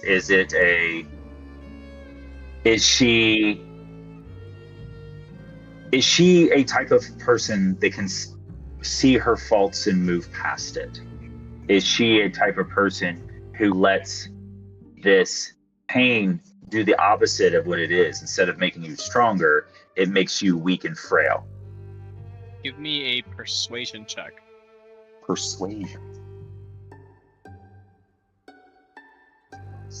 That was horrible. As you're talking to her, you see a look of anger come upon her face as she says, "Yes, I am tied here, but it doesn't mean all those people should have died for no reason from that dumb tiger." Who's to say that tiger was the only means of their end? Who's to say their cart wouldn't have crashed leaving the circus? Who's to say that vagrants or robbers wouldn't have took them in a week's time? After you saying that one, you can pick between these three because it falls under each three of them: deception, nature, or persuasion. You know, I'm gonna go with persuasion again. There we go. You see her face start to cheer up. She's like, "Yeah, you never do know that, but they still could have been prevented. They had much more time to live."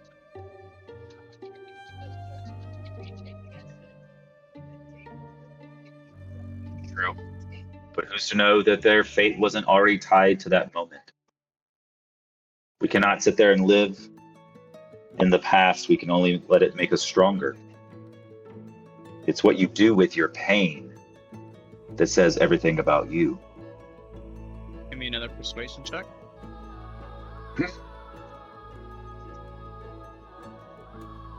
Sweet. You see her start to ease up a little bit as she like slowly stops and sinks to the ground in front of you, sitting with a smile on her face. She's like, "Yes, but it was terrible. How could I ever live with doing this?"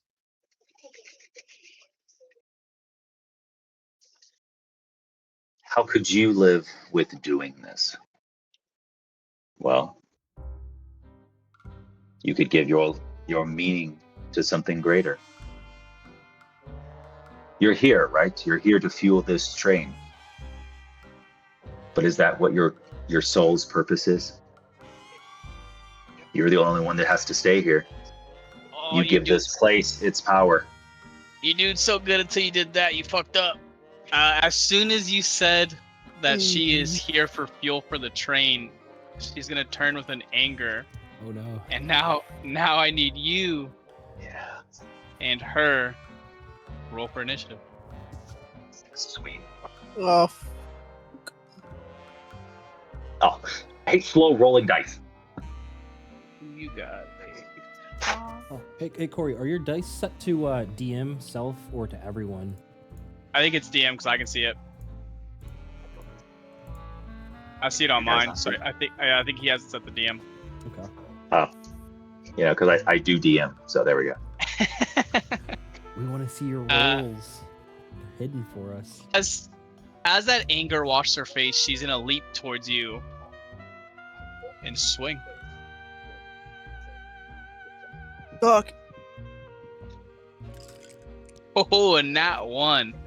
As she launches at you, she completely misses and slams directly Yeah. into the wall behind you. I step out of the way. Yeah. All right, now it is your turn. So I'm gonna take the dodge action. And I'm gonna stand there and say to her, your anger is good, but it is misguided. I am not the one that you should be attacking. And I take the dodge action. Give me another persuasion at disadvantage because she is filled with rage. And it changes the music back to Sword and Steel. I forgot to do that. Shit. Okay. You know that with what you said didn't really stick with her, more so because you filled her with a rage of knowing that her life is coming to the end of being fuel. And then she's gonna go for like a backwards bend as she swings her foot towards you.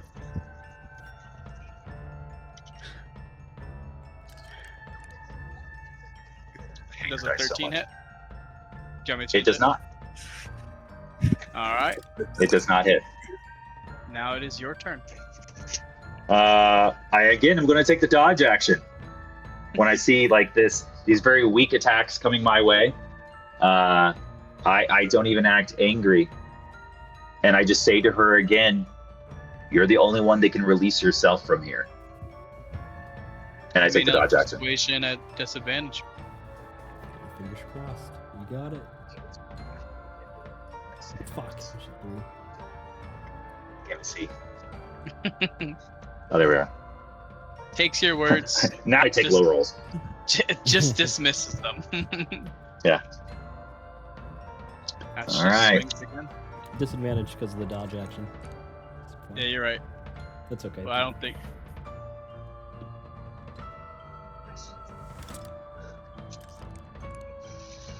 You're lucky. She again tries to bend over backwards and kick you, completely missing, landing directly in between your legs. You are up. Again, I am not the one your battle is with, but if you should go down this path, and at that point, I pull out my glaive, and I said, your last chance. Calm yourself, and you can find true deliverance.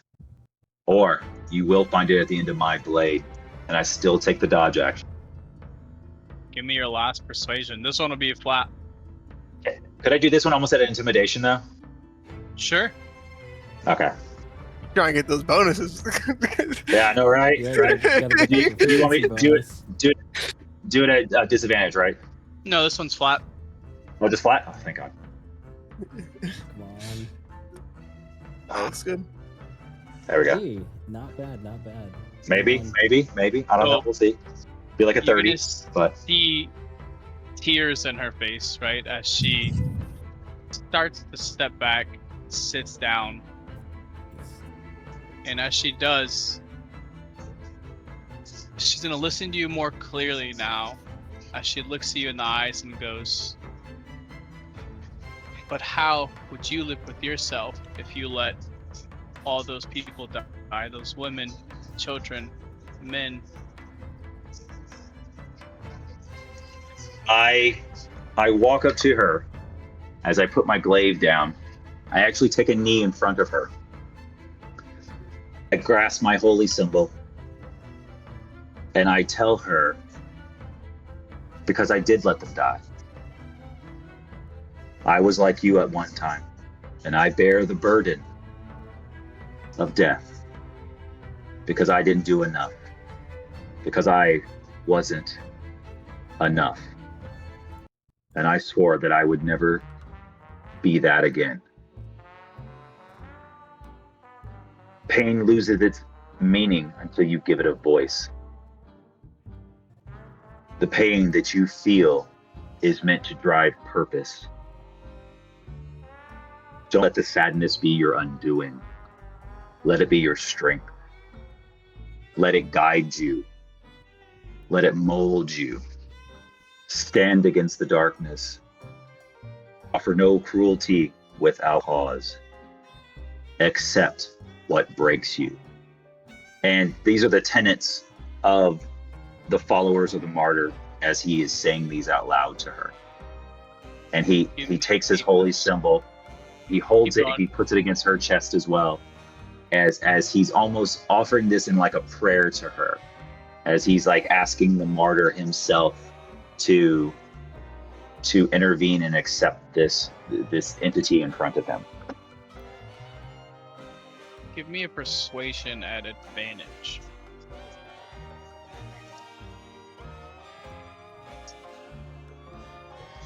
Okay.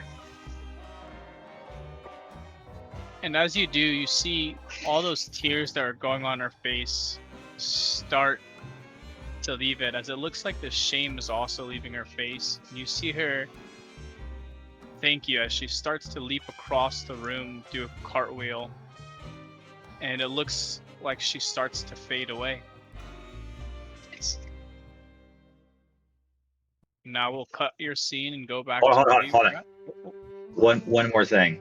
As she fades away, Alric goes up. He picks up his glaive. He also grabs the lantern. He looks over at the chest that's full of the dolls, and he drops the lantern inside the chest. He drops the lantern inside the chest full of dolls, and he walks out of the train car. Alright, roll a d6 walking out. Roll a d6 walking out. Creepy ass dolls.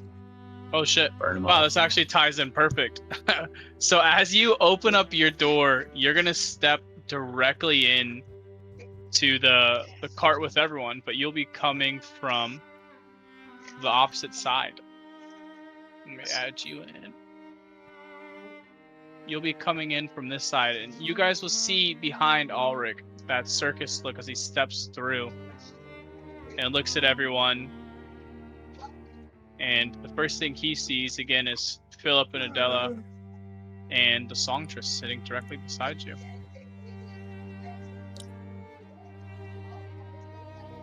Seraph will call down the cabin to the far side and say, hello again, sir.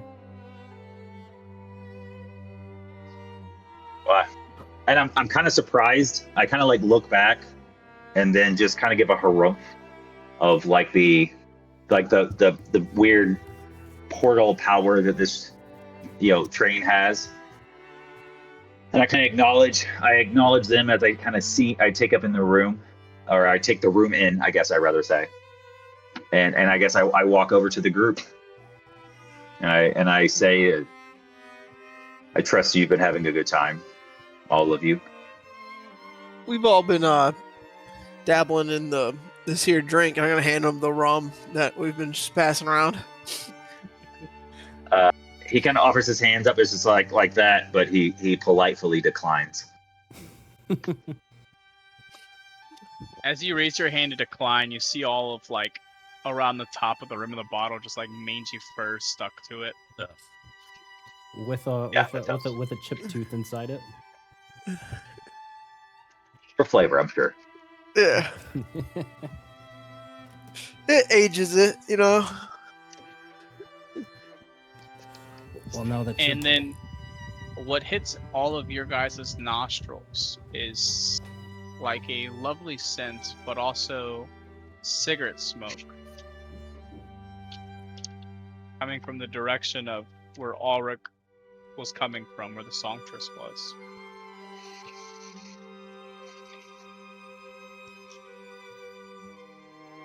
Is she, by chance, lighting up over there? She's been smoking one the whole time. well, it's just like the scent just got a lot more pronounced. It got wafted when Ulrich walked by. Okay.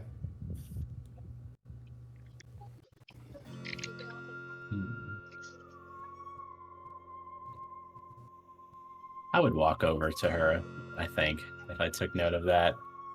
And you said she was just kind of muttering to herself, right? With like a sad expression. Yeah. I think Sereth might stand fairly close to her and just ask her if she's okay. She'll let out like a big puff of smoke towards your way, and she's gonna go, okay, I wouldn't say so. I feel pretty empty inside. Never been able to find that perfect song that inspired me to give the performance of a lifetime for an audience that truly appreciated my talent. Sereth would think on that for a minute, and eventually she would say, I think artists are often the most fierce critics against themselves. I think maybe more credit is deserved. She's gonna smile and go, well, are you gonna help me with my last song then? I am not the greatest singer, but perhaps I could try. Explain how you want to do it. It doesn't have to be. You don't have to do it music. You can do it music-wise, or if you want to think of a different way of how you want to help her, we'll go from there with it. Yeah, I guess I would ask her what she needs help with. Is it someone to perform with, or someone to maybe help her with the words to a song? Honestly, both would work. Whatever you could do. Yeah, I think maybe or you the can bring me a lyrical beautiful instrument. I don't unfortunately have anything like that, but Sereth would offer maybe help in writing some lyrics or tweaking some lyrics. Give me a performance check. Oh Lord! Actually, I'm not also, everyone who took the tarot card, you have the bless spell for an hour. Okay. Okay, awesome sauce. Oh, You add a that's D4 on top of that. Add a D4. Okay, I'm gonna need it. Let me get a 4 here. A spell. All right, that's a 9. So as you're trying, you see kind of like a face of frustration on her as she pushes your lyrics aside. Maybe I'm a bit rusty. I think seeing that interaction there, Agros would say to Kyle, like, and you got any sea shanties? You say you were some type of sailor, some type of pirate. Perhaps you can help out. I'll go and have a chat, see what I can do. You've got this. Comes over with the most banger fucking sea shanty ever. Yeah, so, yeah, I suppose I'll explain it to her and write down some of the lyrics. Give me a performance check. And then add your Fuck D4. yeah, let's go. Add a D4? Yep. So as you get over and you bend down and start writing some stuff, you see the frustration that she had with Sereth start to leave her face as she takes your papers and she goes, more, tell me more. Another one. Another one? Oh, okay. Yeah, do you want me to do another performance check to write that down? Yep. Yep. Okay.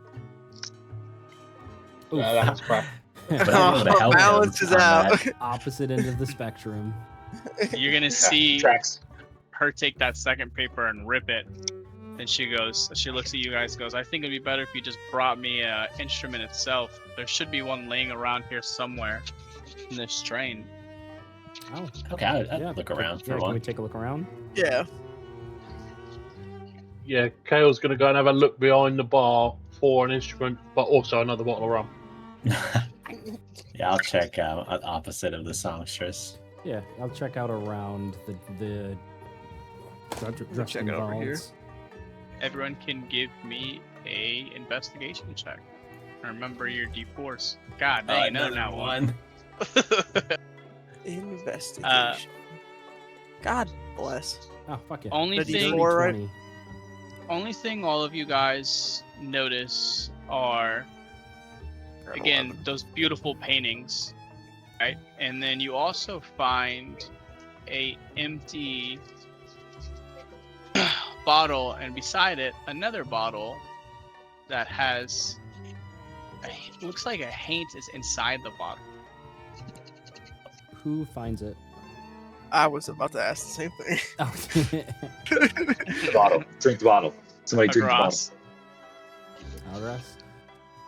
Yeah. I'm gonna hold it up as I pull it out from the little weird spot that I found it in. Is it corked? Yes. I'm I gonna hate us because they hate us. I'm gonna shake it a little bit and see the little like blue swirls of a little faint ghost inside there. I'm going to uncork it. Actually, no. Before I uncork it, can I take a look at it and see if it looks like any of the really angry ones that attacked us? The bottle. You, Yeah, like Same thing. it's a haint in a bottle. Like somebody put him in this for a reason. Robert, do you get 3 wishes? No, I'm just kidding. as you see it, right, and Yeah. you start to shake it, you see 3 X's on it, and then that's when you see Adela go, well, that's a haint hooch. You can capture some of the haints in there, and sometimes you can take a drink and get something. Ooh, Wow. drink it. Well, poison's not gonna do anything against me. Down Do the it. hatch, boys. I'm gonna sample it. As you take the drink, you feel like your body starts to become incorporeal. Like you could walk through other objects. Mm. And you feel like you might have other effects if you were to drink more. That was just the little sip that you got. Turn all wispy and shit. Mm. I'm gonna pass the bottle to Edor. Says it doesn't taste too bad. Has a bit of etherealness to it. If you wanted to give it a swig, maybe even give it to the songstress. Maybe it might provide her some inspiration. An empty bottle could be an instrument. That it could. Would you like to take a swig, Edor? He is. He's gonna be like, well, I can't die. Well, I already died once in this life. You just taking a sip? Yep. Same thing. You feel like you'll be able to walk through objects. Can I move into the chair and out the other side? As I kind of like drift my just- way over towards the songstress. Just like a ghost.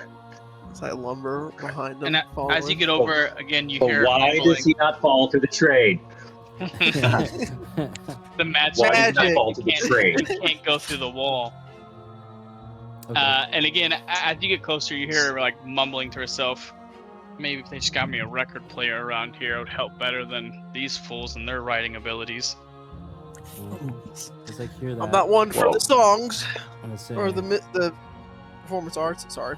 well, would you like to try some of this? I found it stashed away over there. She's gonna look at I'm you just and gonna go, present it. I'm not here to drink, I'm here to make a final song. As you can tell, she's starting to get agitated. I'm gonna take my Lord, finger and start trying to tap a rhythm onto the bottle.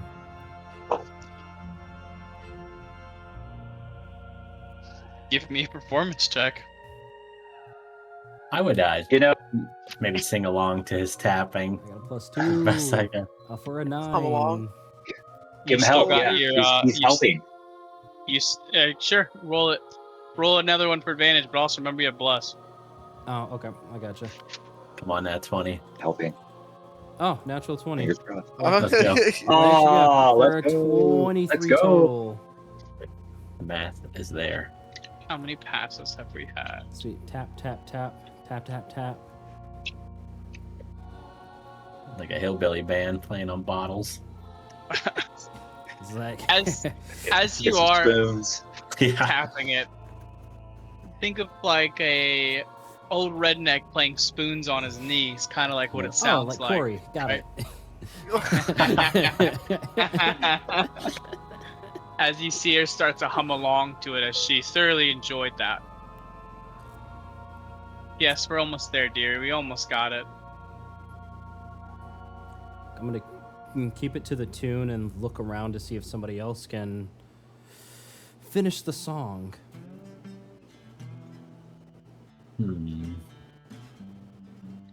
Anybody good with charisma? Yeah. I would keep singing any tune I know. Maybe a song I would sing to my daughter. All right, give me a performance at advantage. Yeah, as you sing, I'm going to try to change the tune to go on more in line with your voice. With the D4, right? Yep. Yeah, from Bless. Yes, we 19. do. Not bad. Yep. You passed it. Good. Sweet. Remember, failing, that's on to the DC that you guys don't know. And as you start to do that, you'll see her get up as she starts to sing, and a beautiful jazz takes over, and you see both the Druskin Balls get up as they embrace each other and start slowly dancing as she starts to sing. I'm not a good singer, so I'm just reading the lyrics, all right? Okay. Oh, you're not gonna give us Come on, try it, Yeah. Kenny. You Come got on, it. Try it. GM. You Performance got tune. it. Dude, you're lucky I don't copy and paste it in the chat. Oh, As she starts to come sing. on. Yeah, sing it. Impossible to think at all without the thoughts of you and me. It would all fall, nothing left to hold the stars and seas apart. Ridiculous there ever was a world without you and me. To not recall a you at all would send it all crashing down. Floating over the storm, love is soft as a cloud. Incredible that through it all, the dashed and broken stardust fell and settled into you and me, and all the time we need as she slowly starts to fade away. I think on hearing that and seeing the Druskenwald's embrace, Sareth would have a couple tears rolling down her cheeks, thinking of the family she lost. You would see the same thing, Sareth. A single tear from Agras, as if was entranced by the song, perhaps deep in his own thoughts. I think From all the collaboration, loved it. Everyone can go ahead and give themselves a heroic inspiration. Heroic inspiration.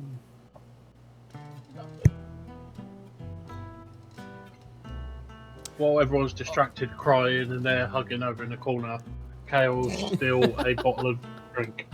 One that's not got a tooth floating around in it. And Howard As and Howard ended up taking a seat over here, but he actually enjoyed watching this. You guys kind of, if anybody was paying attention, you kind of see a little smirk, kind of just ever so slightly, kind of come to the side of his mouth.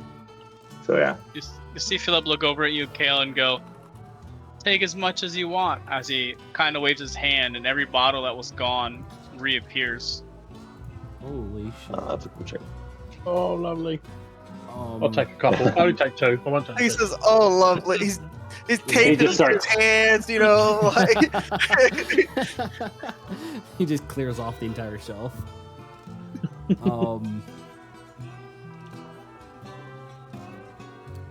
I think Agras would take a bigger swig from that haint juice. See if it has any other effects. So as you swig and finish the rest of the Haint Hooch, you know it's not going to be for a while, but you have what it seems like a fly speed equal to your speed. Oh, sweet. And so as And now you guys have 2 empty bottles.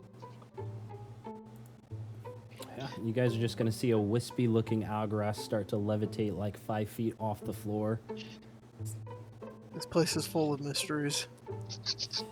And it's like this liquid here was great. I've gained the ability to fly. Quick, bottle up more spirits. they want to see their home if their train is so magical. Kale, without turning around to actually see this, he's been like, "I've been there before. You don't want to push it."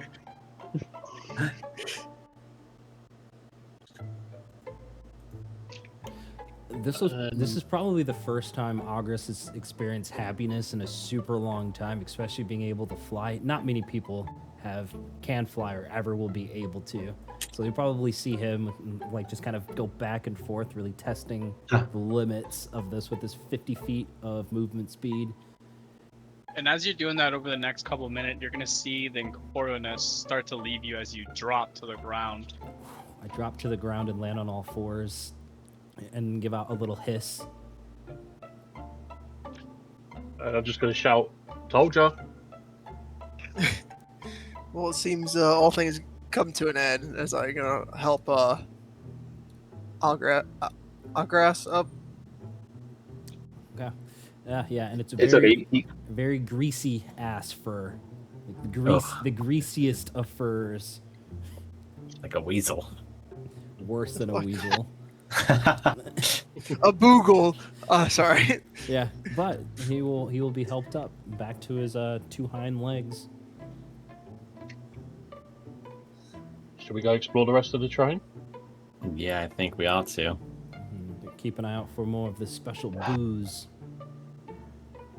As you guys make your way to the door, who's leading it?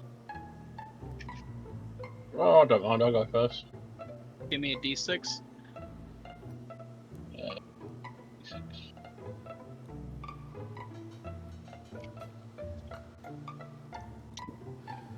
All right. Get you to the right one. As you guys start to walk in the room, what you're gonna see is the car is filled with 2 rows of shelves containing heavy mail satchels and bins filled up to the brim with parcels and envelopes. And what you'll see is a man, looks like a mariner, an old-time sailor, as he's going back and forth carrying letters from one side to the other.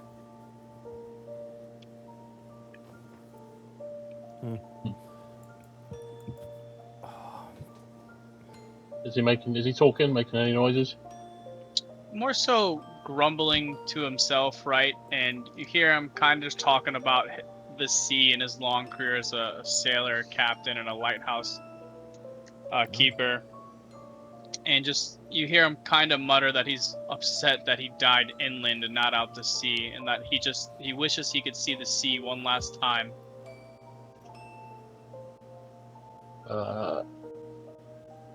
I'm going to say to Agras, there's that live photo picture back there. We could bring that to him.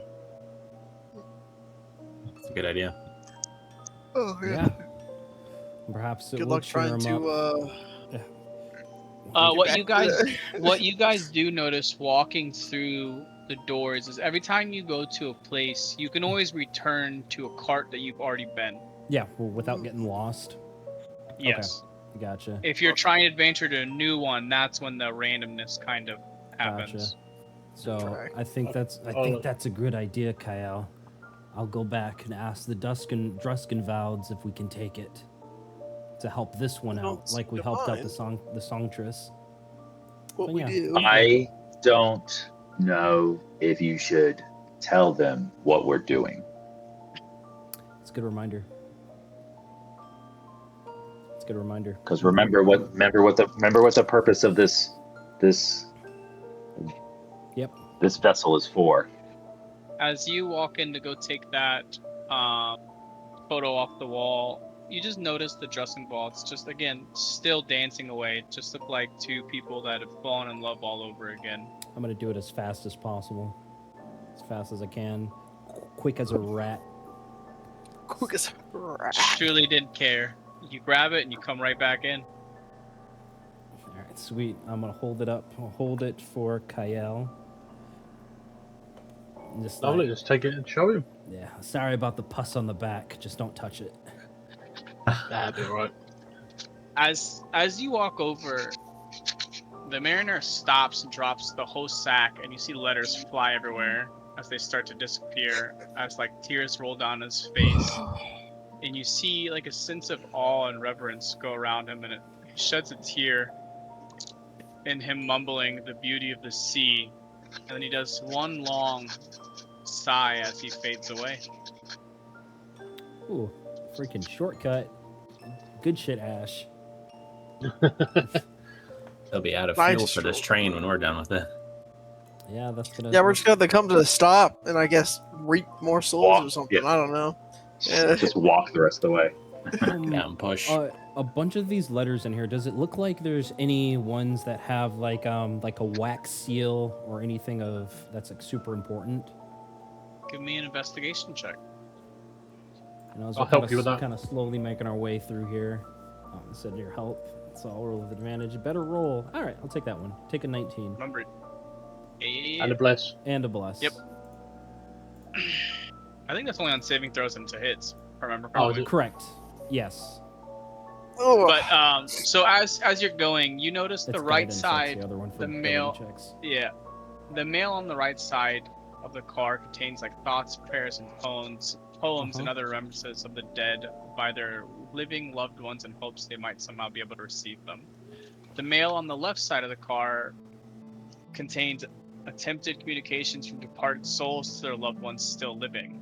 And as looking around, you see most of the envelopes are weathered yellow. And what you do see, you find a bright pink envelope that draws your eyes. And when you pull it up, it has addressed to the dead, my sweetheart, from Jacob Braun. I'm gonna read out the name slowly to see if it rings a bell to anybody here. Do one of you guys know Jacob Braun? Doesn't I ring a don't bell think to I me. do. I don't think so. Besides for the letter catching my eye, did I feel like it's like worth keeping or anything like that? You just know it's a pink letter. From what we've just done there, where we've had to go back and get the I heard picture, a I think whisper we should from take that. God. Yeah. Yeah. It's the voice inside your head. After spotting it, he's like, perhaps it will come in handy helping out another one of these haints.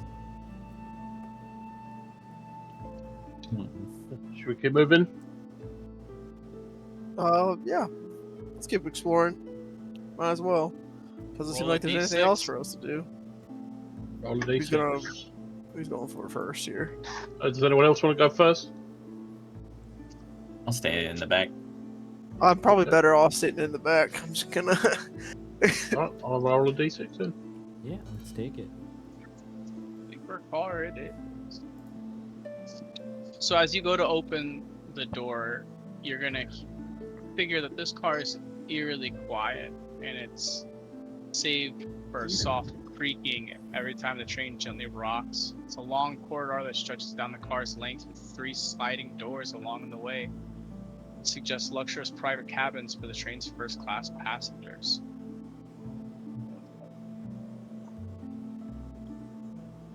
Just a nice little look. And this is what you see, that musical instrument. All of you get a sense that probably could have helped you with the songstress pick the right songs earlier. Mm-hmm. Good thing we have a couple of the musically inclined with us. For the train. Do the rooms all appear empty from what we can see? You guys are coming from that end, yeah. So you can check them one by one. That's all up to you. Yeah. Okay, let's Yeah. open that one, have a look. Give me an investigation check, Edor and Kale. Investigation. I'll go this one. God. Ross, give me a perception Damn. check.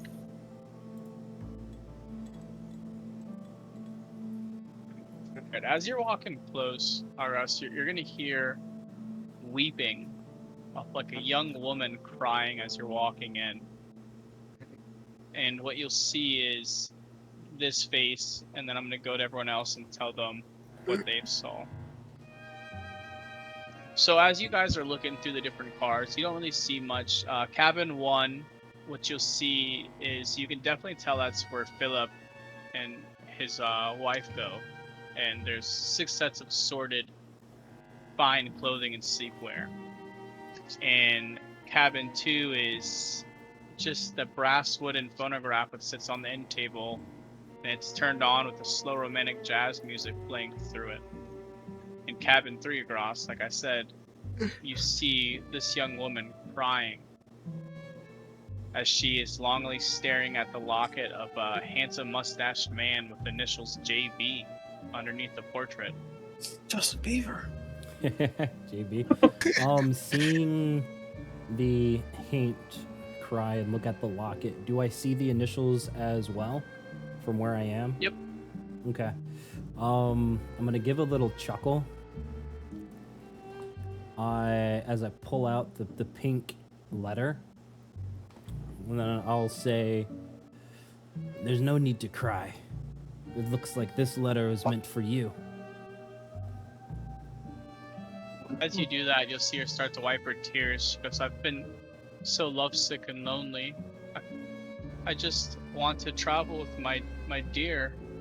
I don't want to spend eternity without him. And as you give it to her, she reads the name on it, and you see a big smile come across her cheek as she starts to realize that the letter from where you grabbed it was from the dead to the living, but now she is dead.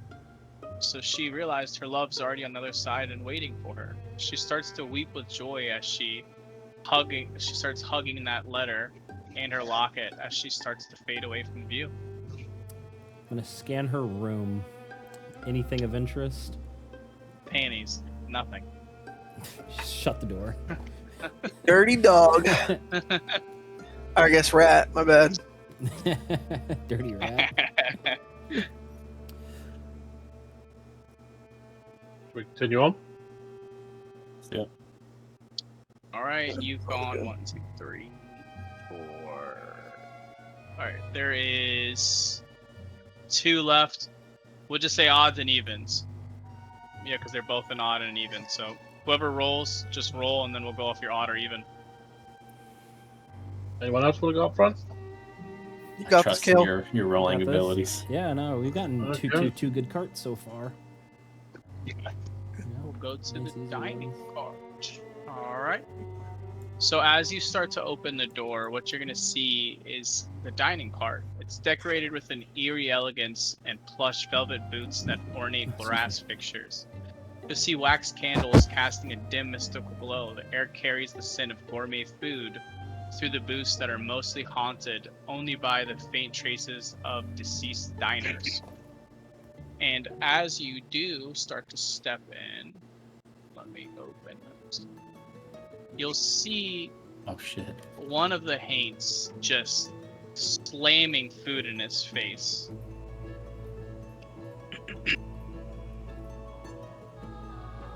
He looks like he's just wrecked with sadness and guilt. And what you do notice is all of the food that he's asking is he says it as he's sitting down, as in like sausages will come up. Same for turkey. Whatever you say as you're sitting at these booths, it looks like it'll appear.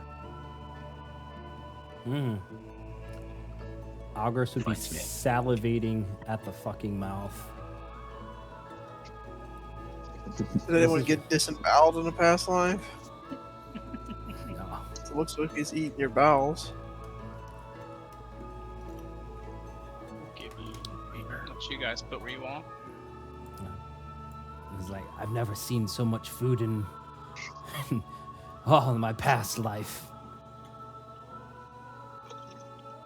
Well, don't gorge yourself too much. We did get invited to a dinner.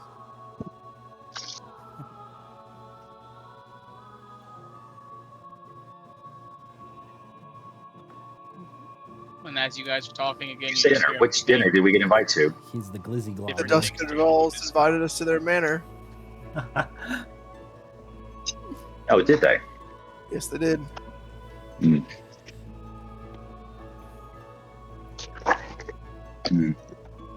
Yeah, Alaric just like takes note of this.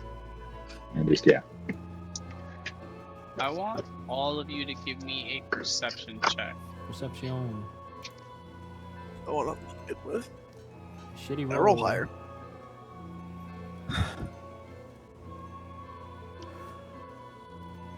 So Kale hears it the most, but what he hears is the kid kind of just mumbling. Same for Ulrich. Oh, persuasion, wrong one. You hear him kind of talking about his guilt as he talks about stealing a stone that was painted to look like a toad from his neighbor's garden before he passed. And he's sad and feels the guilt because he lost the rock on the train, and he feels like he'll never be able to return it to her. And that's what Kale hears. And Alec, you gotta roll a perception check for me, Alric. I thought I did. And then you got a good Did not show. persuasion. Oh, sorry. Nice. What'd you get? Hell yeah. 19 on the die. So you definitely hear this as well, and then what I need you to do is roll a history at advantage. Hopefully, it wasn't in a trunk of marionettes. Fuck, dude. Like 12. You remember him explaining the stone is exactly like the one you saw in the circus car. If I could go back, the whole cart's on fire. Shit. Sorry, buddy. I look over at Kale and I was like, I think I know what he speaks of. Follow me. And I go back the door that we came, since it doesn't really matter in life. As you step in, you were expecting everything to be burnt, but it looks like nothing changed, and the lantern you took is back on the wall exactly where it was. So the dolls aren't burnt. Nope. Okay. I start looking to where I noticed the stone originally. It's in the same exact spot. Okay. I go ahead and pick up the stone. As you grab the stone and start to pull it, you hear creaking as the head of the marionette comes off, and you're holding the stone that's attached to the marionette. And as you go to peel it, it's gonna leave a loud crack as some of the paint melts to the stone from heat, probably from a torch that was tossed on it, as you throw the marionette head back in the pile.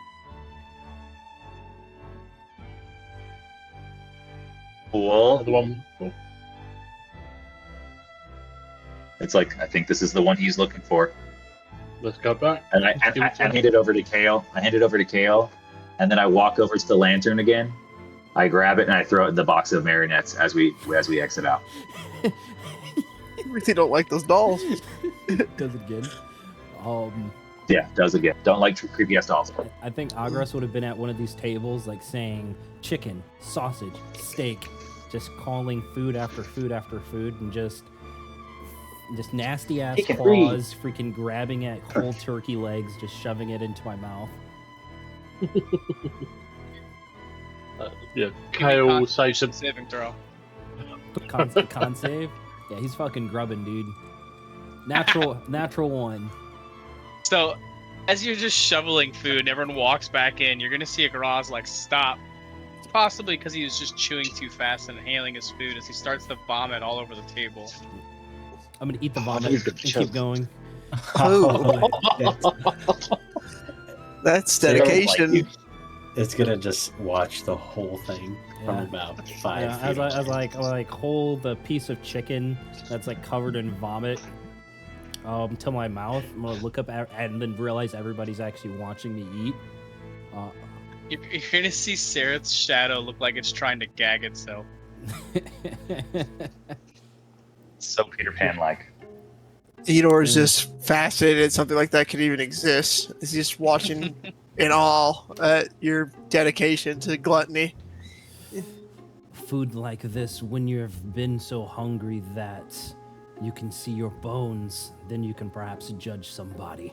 As Agras just goes back to eating, and then holds up a big ass, grimy looking piece of chicken. Just help yourself. When was the last time You you wanna- ate? No, thank you, but there's no judgment here. Agras, you want to see if you can ask it for a feast fit for a hero? Oh, Feast fit for a hero, you say? Yeah. More food. He's gonna get up. Imagine you would let us know about the stone. Yeah. Come over with KL. Is that how you pronounce that, Ash? KL. Yeah, kale, Kale. like Kale. the vegetable. Yeah. Kale. Okay, perfect.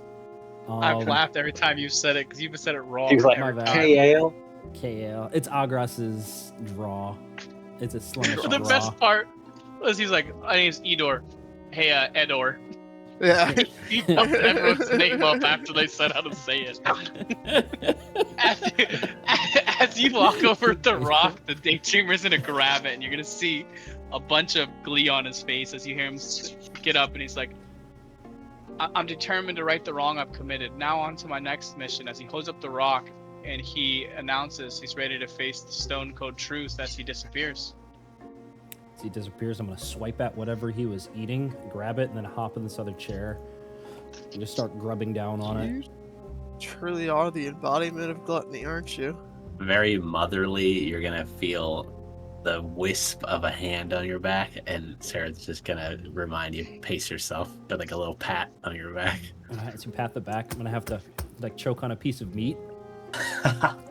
It's like, you're right. Must savor Chicken every bone in the bite. throat. While he's doing that, I'm gonna have a look in this other room, see if there's anything standing out. Nope, just normal room. Okay. Truly remind me of gluttony. You We're down to one Plagued more drink. rat. card. Kale's Yeah. gonna say to him, remember to leave some space for the meal we've got at the manor. I don't think he'll have to worry about that. Mm-mm. Don't worry.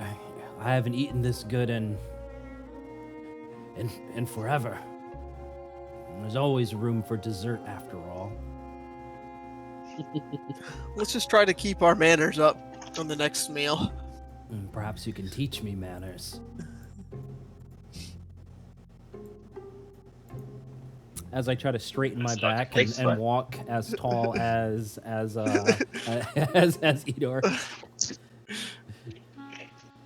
Edor or Ador? Sorry.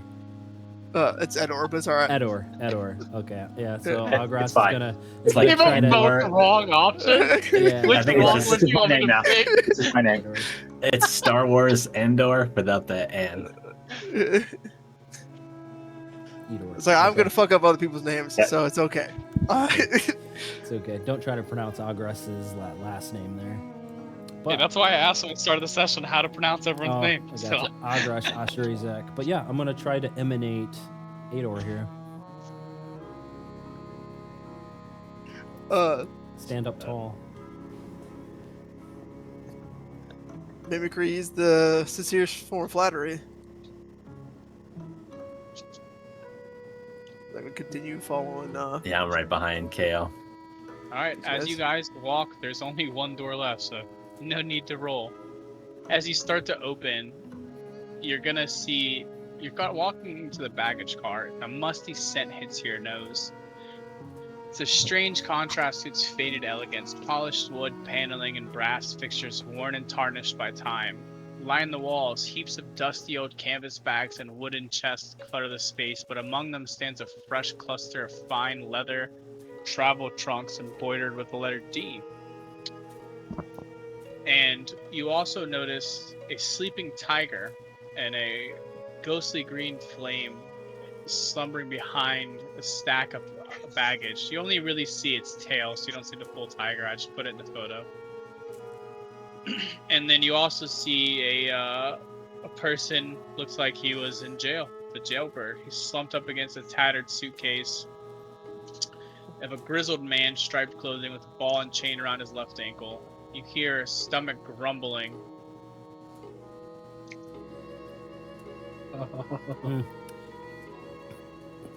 Hear the stomach We'll go back grumbling. and grab some of that food.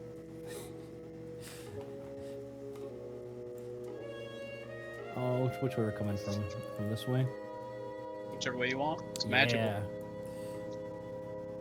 Kale, do you say you're going back to try to grab some food? I think I'll go back and grab some of that food. Okay. What are you asking for? Let's go for steak and chips with an egg thrown on. Steak and chips, the egg. So when you say All right. chips, Ash, is this French fries or like actual chips? Yes, Or chips. Baked fruits. Like British chips or American chips? I knew what he meant. Get out of here.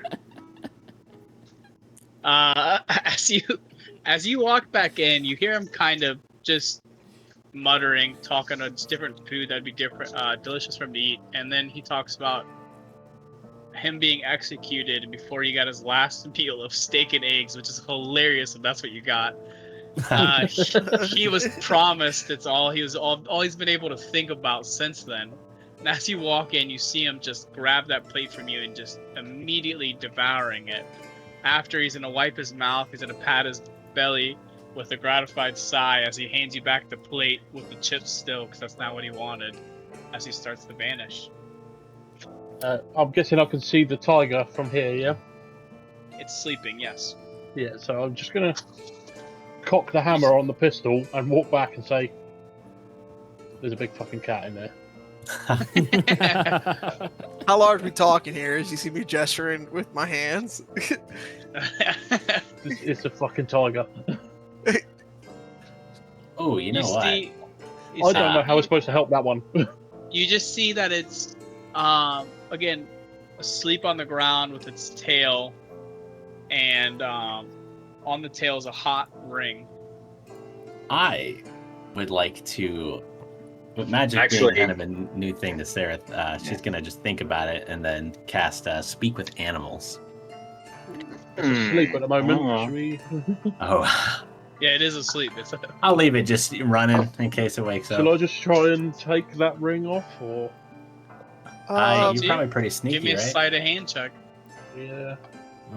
I'll stay Oh, back. no. I think I'm going to re-roll that one with my inspiration. I have proficiency in sleight of hand. Could I help him to give Kale advantage? Sure. Okay, lovely. What's that? Not much better. Well, 16. So as you go to grab the ring, you feel these weird claws on your back, and a nasty smell hits your nose as someone's just talking in your ear. Maybe if you go a little quicker, you might be able to get it from the slip under. As you grab it, pull it off, and as you pull the ring, you see the tiger fly into the ring, and the ring just feels uncomfortably hot to touch.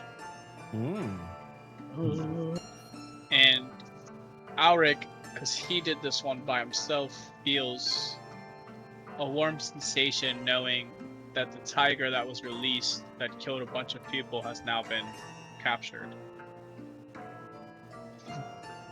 Feel like hot potato, that. And Yeah. I'm guessing, Seraph, you look like you've got some sort of fiery things going on with your red skin. Do you want this?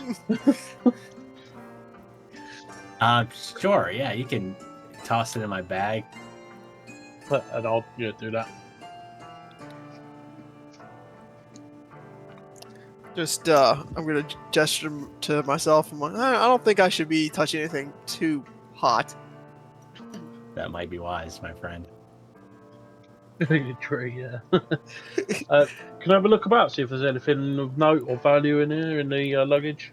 Yeah, same. Yep, give me you can either do perception or investigation. Perception. I don't see anything. Alright, so what Edor, it's only you two looking? I'll throw in a perception check. Yeah, I'll do as well. 30-20. Edor, Sarah. It looks like everyone's passed Damn. besides Kale. Yeah. Alright, since Edor went first, roll me a d4. E4.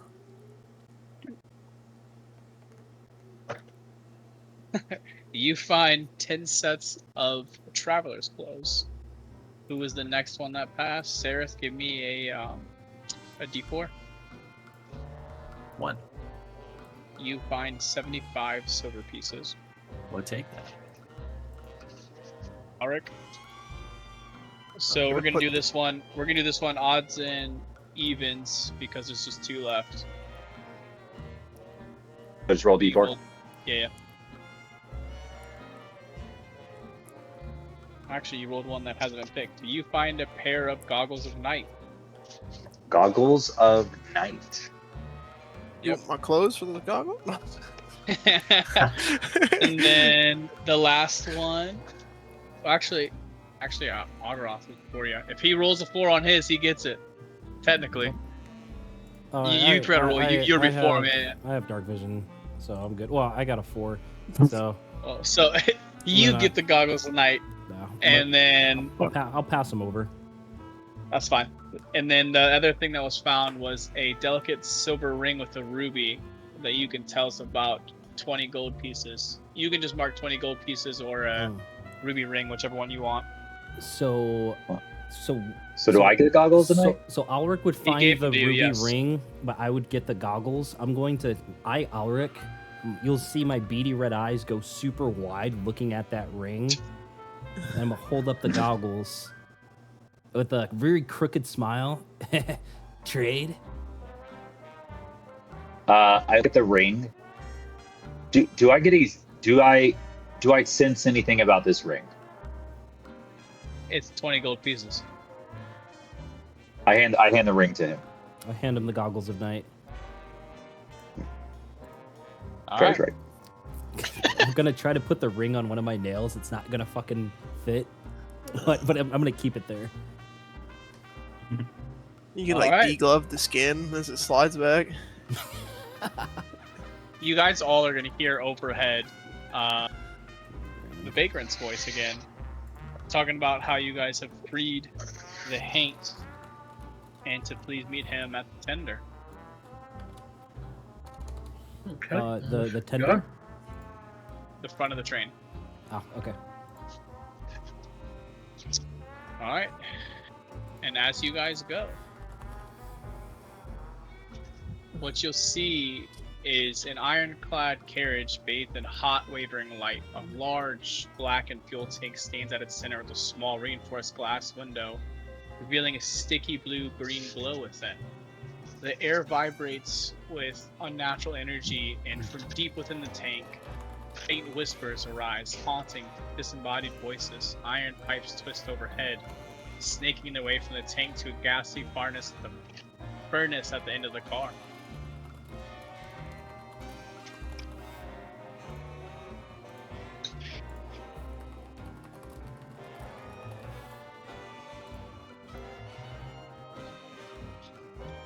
Here, you guys can add yourselves. I gotta add.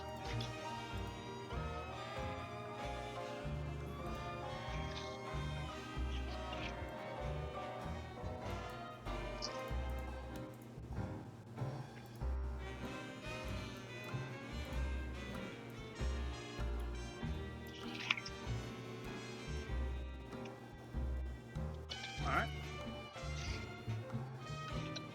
And as you guys step in, the vagrant's gonna look at you and thank you all for saving those Haints from corruption, because if a tainted one were to get into the engine, it could cause trouble for the ghost light train. Tainted Haint. I hate when that happens. They hate us because we ain't us. Huh? I Um, I'm gonna ask the vagrant.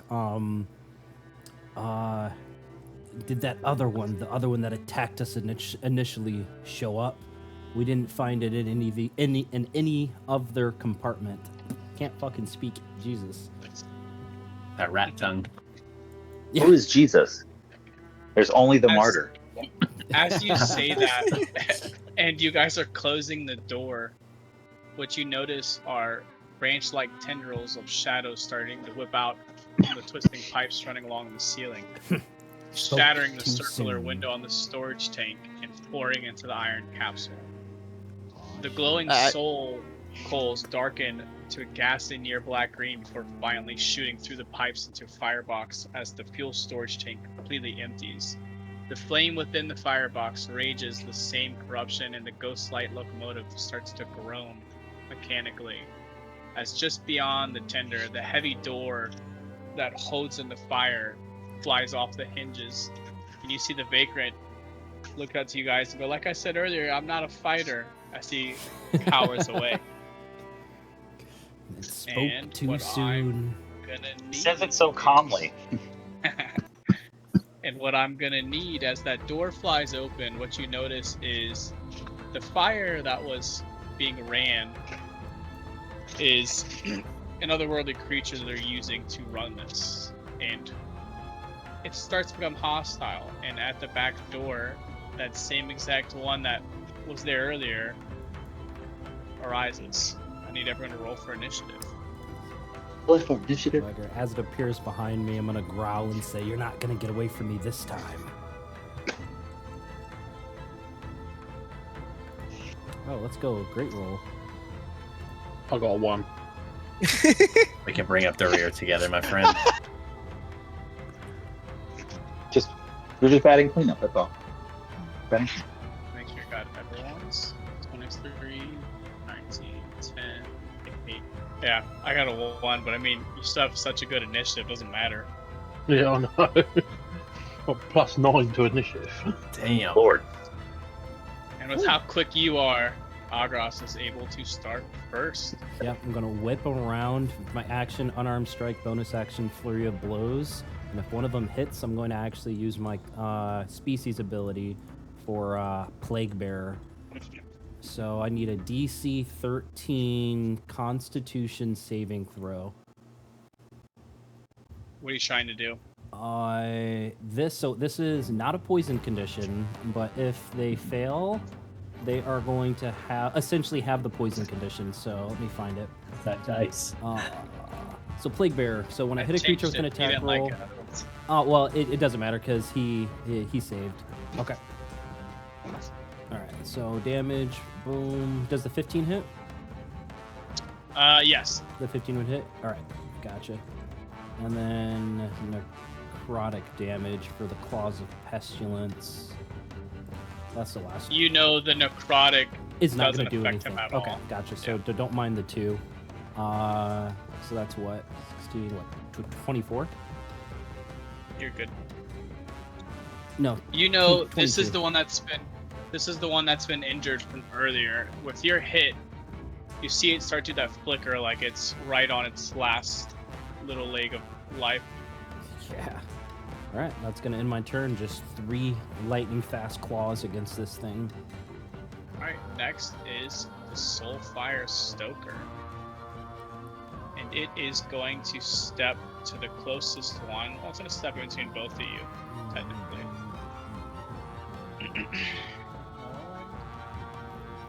Yep, perfect, that's right. So it's going to make 2 attacks. First one is going to be at Sereth, second one's going to be at Kale. Here is Sereth's, here's Kale's. Oh, so first one, 20 to Sereth and a 10 to Kale. I don't think a 10 hits. No. 20 definitely hits. Alright, so now that you got hit, the next roll that you make, the next attack roll that you make is going to be at disadvantage. Okay. And you will take 11 fire damage. Alright, now since all of you guys are here, it's going to be right here, and it's going to do its bonus action. It's going to hit everyone if I remember. Yeah, it will. I need all of you. I think only 2 people would be Sereth and Kale. Give me a dexterity saving throw. Dex save. Big sigh. I'm going to use my heroic inspiration to reroll that 11 or the... Alright, I'll take the 18. I don't think I'm getting better than a 2. Alright. For everyone that failed, the only thing that's going to happen to you is all of you are going to start to glow in a dim light, and you know you would not be able to benefit from the invisible condition. Okay. And everyone ending its turn within 5 feet, so Kale and Sereth, you guys are going to take how much damage? 1 necrotic damage as it ends its turn next to both of you.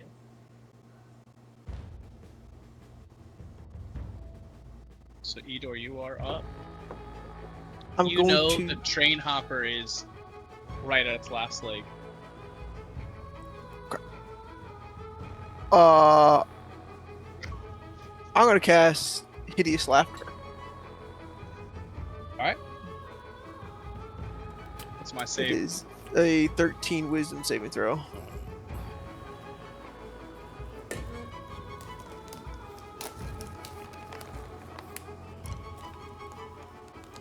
Alright. Explain to me what it does. It has the prone and incapacity condition for the duration.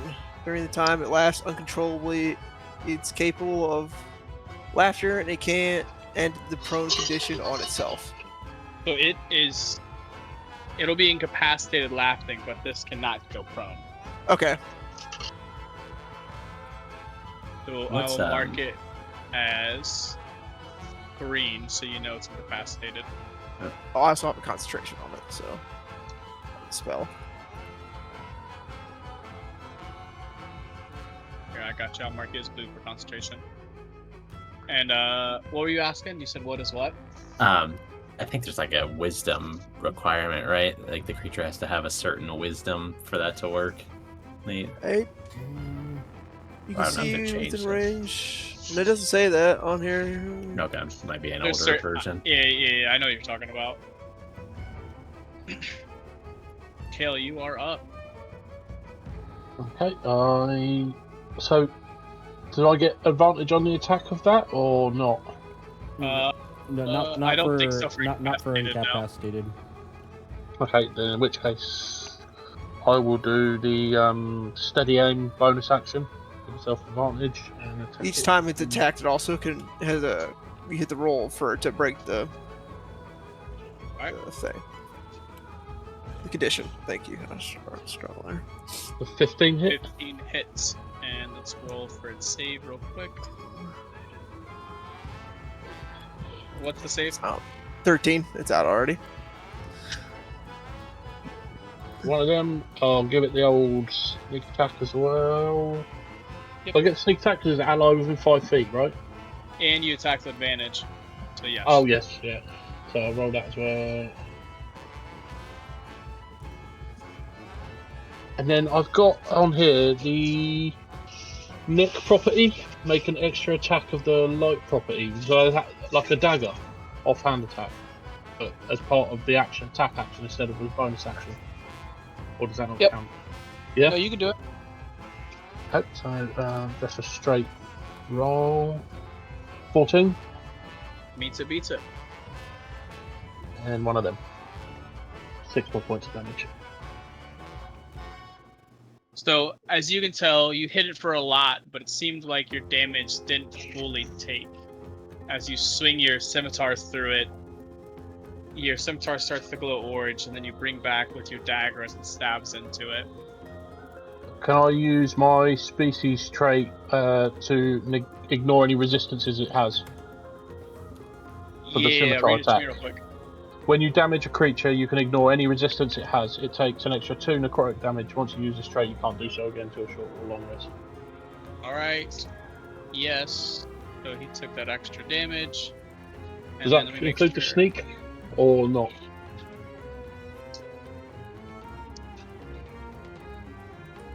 It's technically the same attack, so I can agree with you on that one. And that'll end my turn. Alright.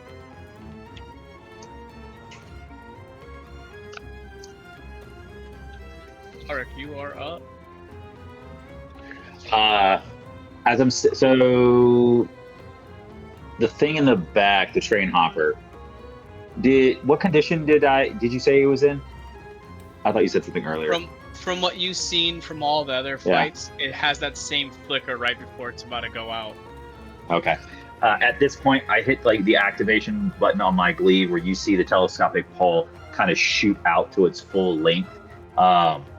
I go and try to take a swing with the blunted end of it, but mainly to do like a feint, and then I come back down with the blade across the top of this vein stopper for.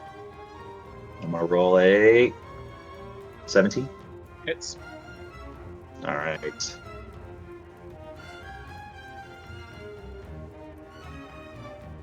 Alright, how do you do it? Yeah. So like I said, you see that blunt come in. It kind of goes one way, which gives me that more advantageous position where my blade was able to come through it, evaporating this entity directly in front of us. Alright. I did think. Are you ending your turn and moving or anything? Yeah. Yeah. I'm gonna pause right there. And All right. next. And scene. Steris, you are up. I'm going to use my bonus action to use my Crossroads Gambler feat. I will expend my Heroic Inspiration to get 3 temporary hit points, because I am hurting. And then I'm going to cast Unraveling Whisper at this Soulfire Stoker. So he needs to make, or it needs to make a DC 14 Wisdom save.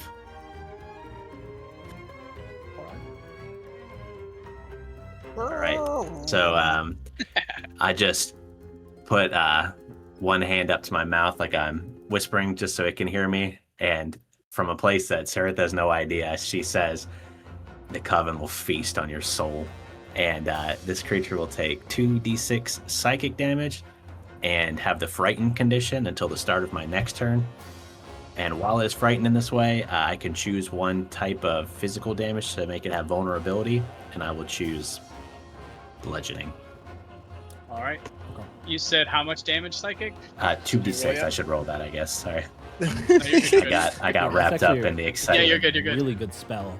That's an awesome spell. Yeah, Yeah. that's like really good. Oh my god. These I things thought are- it fit the. thought it was You on brand. know the psychic damage that you did goes through completely. Sweet. You take that. And that went my turn. Oh yeah. So as Gross, that you are up. yeah, so as that Alaric demolishes that train hopper, August is gonna turn and scuttle over the engine. This is the engine block, right? No, that is like the fuel part that pumps it in. I think you got to go around me. That goes all the way up to the ceiling. Okay, it goes all the way. Hey, well, I guess I got rat claws. I'm gonna claw right along the side of it with my climb speed, reach right around the corner, seeing that it's vulnerable to bludgeoning damage. That's what I'm gonna do instead of slashing here. Can I use my reaction to speed that attack up with accelerate? If you want to, yeah. Yeah. Yep. All right. Does a 14? Yeah, a 14 would hit, right? All 3 of those hit. Sweet. Hook him up. You had a 7 to one of your attacks. Okay, sweet. That's 14, 24, 31 points of damage. Well, Nice. that's 14, 20, and 14. Unless it's still resistant though, right? To what? To bludgeoning damage though, right? It's Vulnerable now. Is it? I don't They know. just Okay, cancel. so total of 31, but if it's vulnerable now, then it goes all the way up to what, 62? But Math so rocks. as you hit it, what you're gonna see is the vagrant is gonna kind of jump in and guide your last hit as he opens the door for the stoker to fly into as he slams it shut. Okay, love it. And that will conclude our combat. For level 3, that's a fuckload of damage. That is a lot. No, right? Vulnerability, double it up. He stopped me in mid-text. I was like, wait, what? All right. And the vagrant is gonna step forward and thank you guys as you have finished.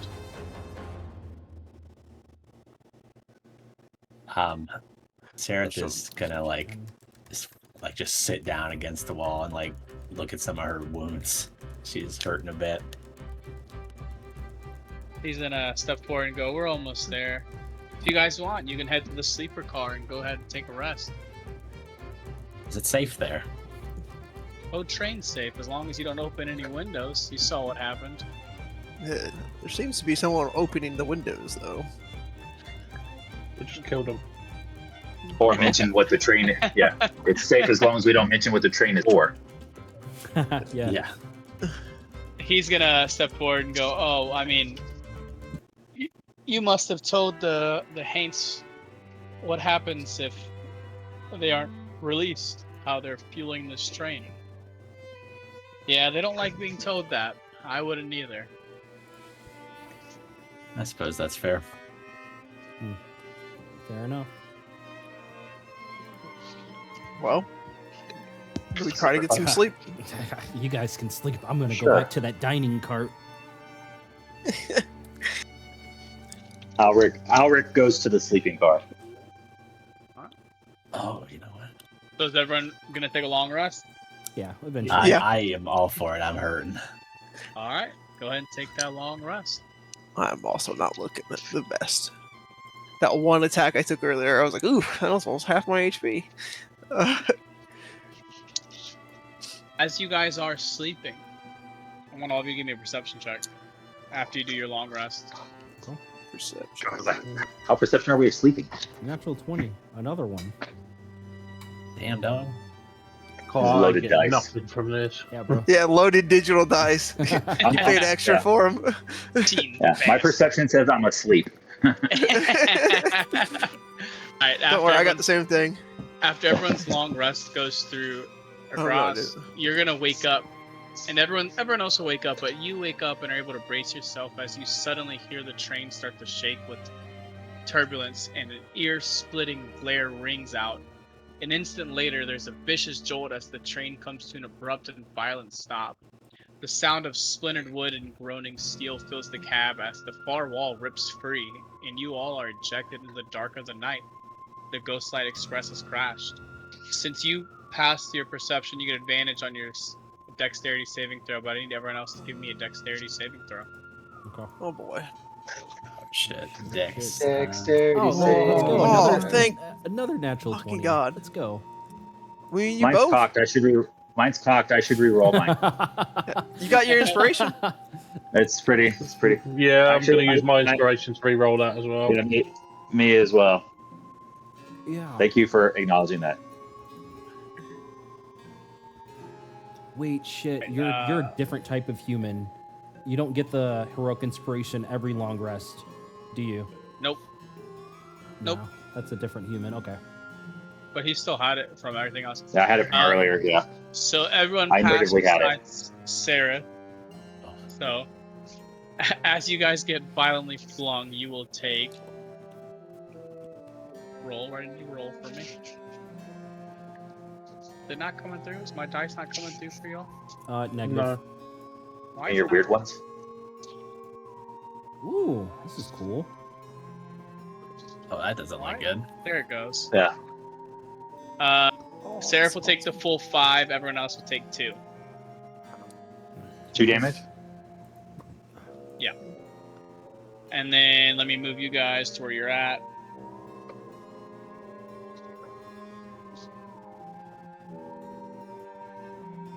Right. And as you guys land on the ground, you all look straight up in the sky, and you see the crescent moon that hangs above you in this gargantuan, shedding sickly milk light upon the striding forest.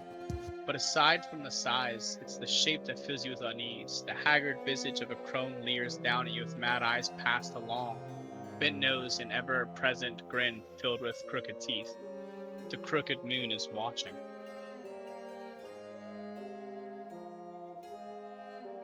Cool.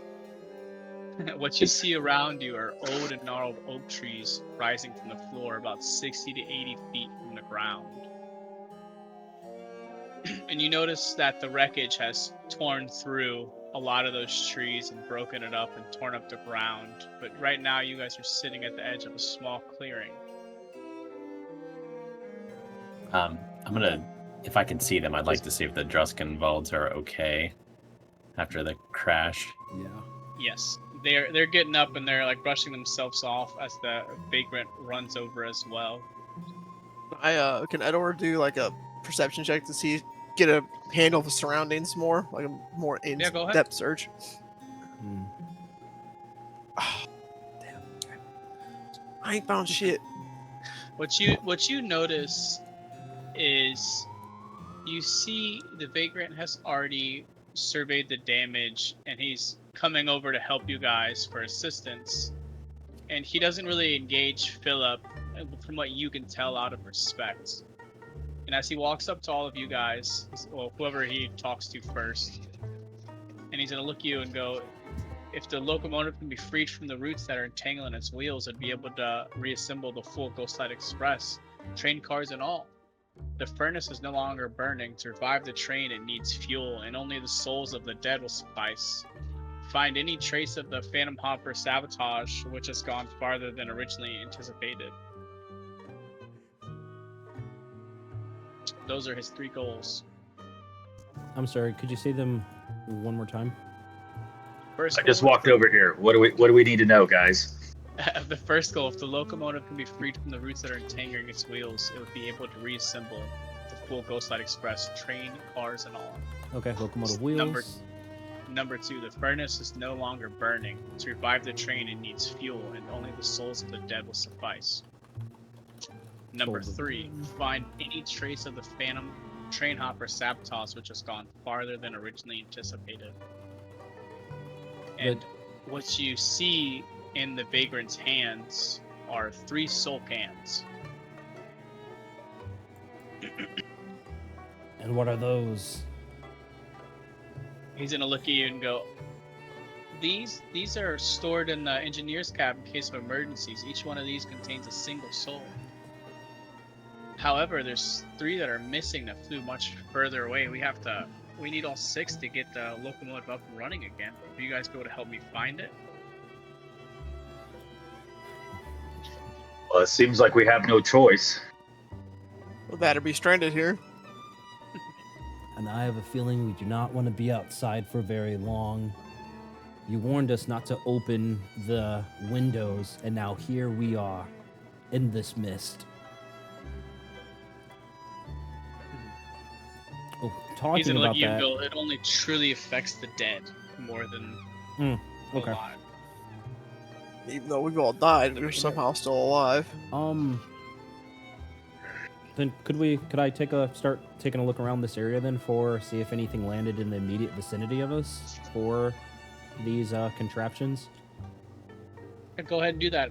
As you do that, you're gonna see that Philip and his wife were unscathed by the crash, and they're gonna walk over you guys, and you're gonna see Philip look at you and go, "Well, I think I need to step up and do something." As he's gonna walk over in front of Ghostlight, and you're gonna see him raise his cane. And as he raises his cane, he's gonna try to magically free it by unsnaring its roots. And as it does, you're gonna see the roots start to slowly lift and then slam back down. As he looks frustrated, he slicks his hair back and he goes, "Maybe that little tumble temporarily knocked out my lordly powers. No worries, I'll roll up my sleeves and help however I can."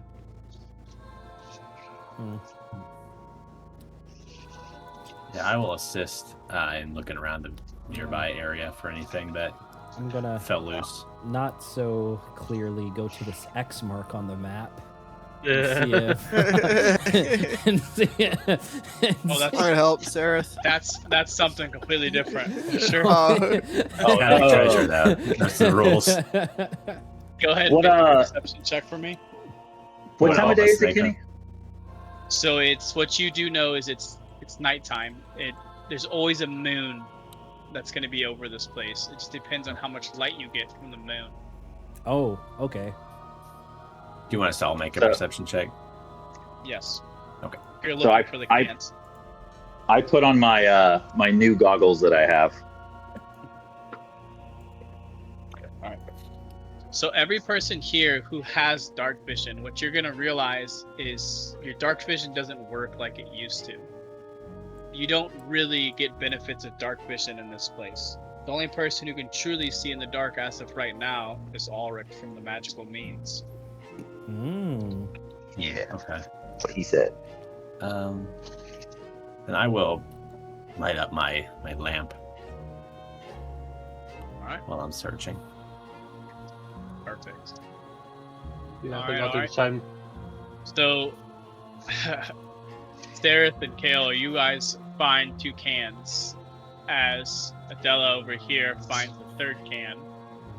She's gonna hand it over to the Vagrant, as he asks for your guys' cans as well. Yep, I'll walk over and hand them over to him. Yeah. And as you do give it to the Vagrant, you're gonna see Philip trying to break open the roots as he asks someone to help him. I'll go help him. Yeah, I think I'd go help him with Ador. Give me a strength check. Just before you do that, I'm going to move out of the way of what looks like it will go wrong. Great idea.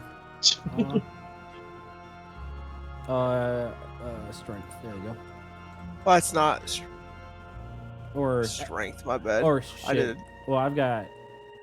That's fine. It's a +1 Just- regardless, It's fine, but it's fine, That's fine. Okay. Just doing a strength check. That's all. Yeah, it's just a flat check of helping him. Okay. Hell yeah. Oh, there we go. Excellent All right. rolls. that's So, as you I guys eat red go meat. over, and the roots finally start to snap, and you see the locomotive start to roll free, you're going to hear a thunderous roar that shatters the stillness. And as the ground trembles and the ghost locomotive goes through the foliage, you notice too late the final branch-like of tendrils of the phantom train hopper's lingering remnants slither into the ghastly smokestack of the North's engine. And with a cacophonous groaning and creaking, the locomotive changes before your eyes, sprouting a malevolent face with burning, ghastly eyes, filled with wickedness. Fight a train. Now a truly monstrous and haunted construct, it spins around and starts to thunder towards you. And as this happens, you'll see Philip and Adela and Vagrant immediately run for the tree line. And the soul cans that the Vagrant had have shot out completely. And now I need everyone to good. roll for initiative. Oh, Do we not run with them? yes. My initiative Another rolls have one been on terrible. Okay. Oh, don't Me worry, and you in the dude. back, baby. Bro, Let's I'm- do this. I'm feeling it. Choo choo. I'm feeling it too, man. I'm feeling it too. Hey, you got a bunch of nat 20s today, sir. I don't want to hear it.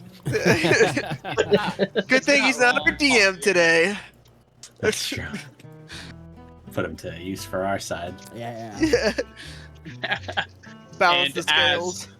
that's a really cool. As that picture. happens, and they run away, like I said, those soul cans shot out completely. And those soul cans are on the X's that you saw earlier. Okay. Okay. And the ghost light will start first. And it's gonna head towards the closest to, which is Ulrich and Agros. Is it 100% like this is a train that is now moving on the Corrupted. ground, Yes, it's been corrupted?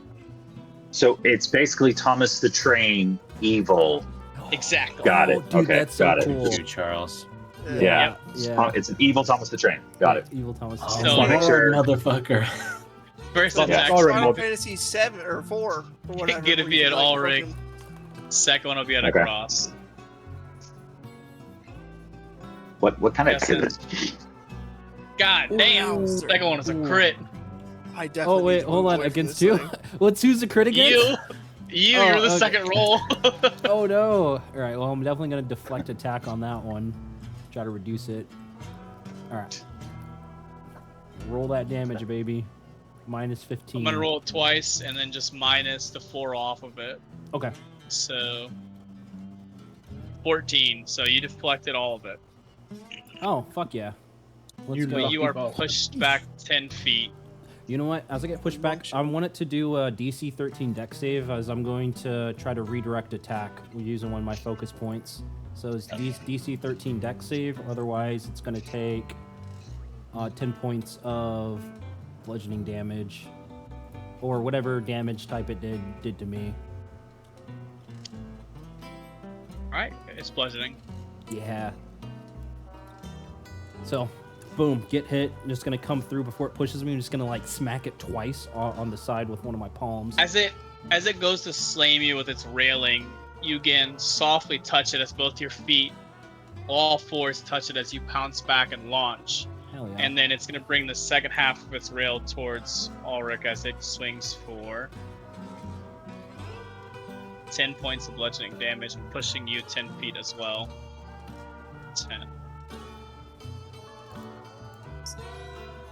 I take 10. God damn. Yes.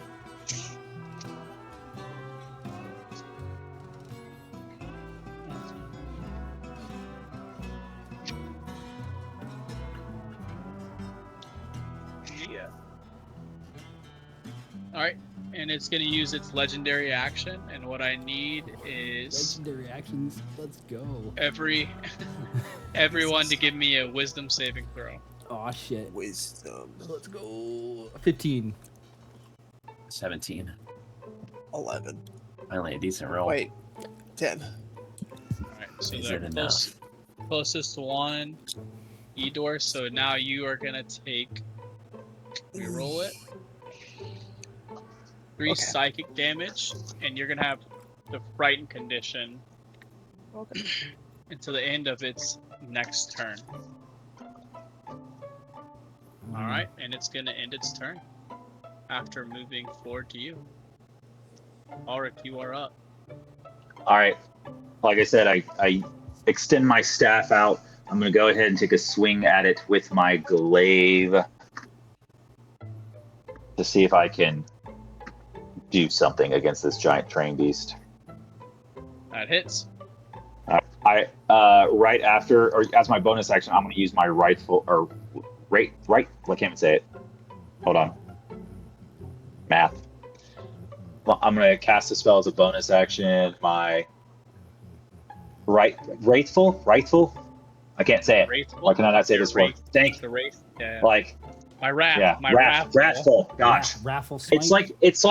it's when the word becomes a sound and you can't say it right. Like it's blessings. But yeah. Good, man. Yeah. But yeah, I'm gonna cast this, so that's gonna be an extra 1d6 necrotic, and it needs to make a wisdom saving throw. So 5 points of necrotic, and it needs to make a wisdom saving throw. Crit. No. That would be Damn it. that would be a save. That would be a save. So it is not Uh, frightened of me. You know that you know that even if it would have passed, it wouldn't have been frightened anyways, because it is a giant train. And your necrotic I don't damage know. didn't hit as hard as it normally would. Okay, got it. That's my Haley, turn. you are up. So 5, 10, 15, 20, 25. I'm going to grab those cans that are down here. Yep. Put them in my inventory. Is that an Okay. action to do that? We'll say it's your bonus action. Okay, and then I could try. Oh, I've got nowhere to hide here, have I? Can I take the hide action? Yeah, go ahead. Roll for. Nice. Disappear from the game. Super fucking. I don't even think I'd be able to see. He actually just logged off right now, guys. Yeah. Yeah. Didn't see it. All right, yeah. Oh, no, it is. End your turn. Yep. Dareth, you are up. All right. Let's see if this. Decisions. All right. I'm gonna cast Hex as my bonus action. Okay. So, and I will give him disadvantage on any checks he makes with Wisdom. All right. And then I will cast decisions. I will cast Eldritch Blast, because why not? Roll to hit. Eldritch Blast. That hits. You're concentrating on Hex, right? Yeah. Correct. Yep. I got you. I put it blue. And then I believe that is a D6 of necrotic damage extra. Let me verify. Do you have the thing to Yes. push it back? I do not. I do not have repelling blast. Oh, unfortunately.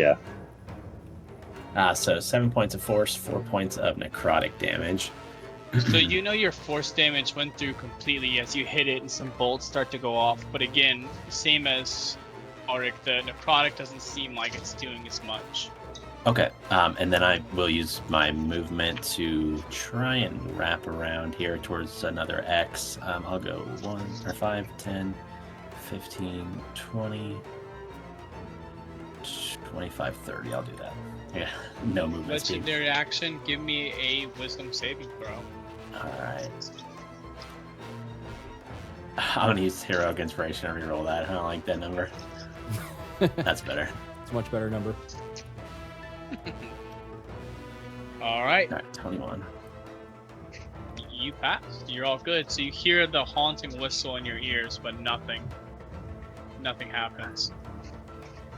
All right, Agras is up. Above table question. The Yes. the cans. I might have missed it, but if we collect them, are they supposed to go someplace? You know that you needed them to fuel the locomotive.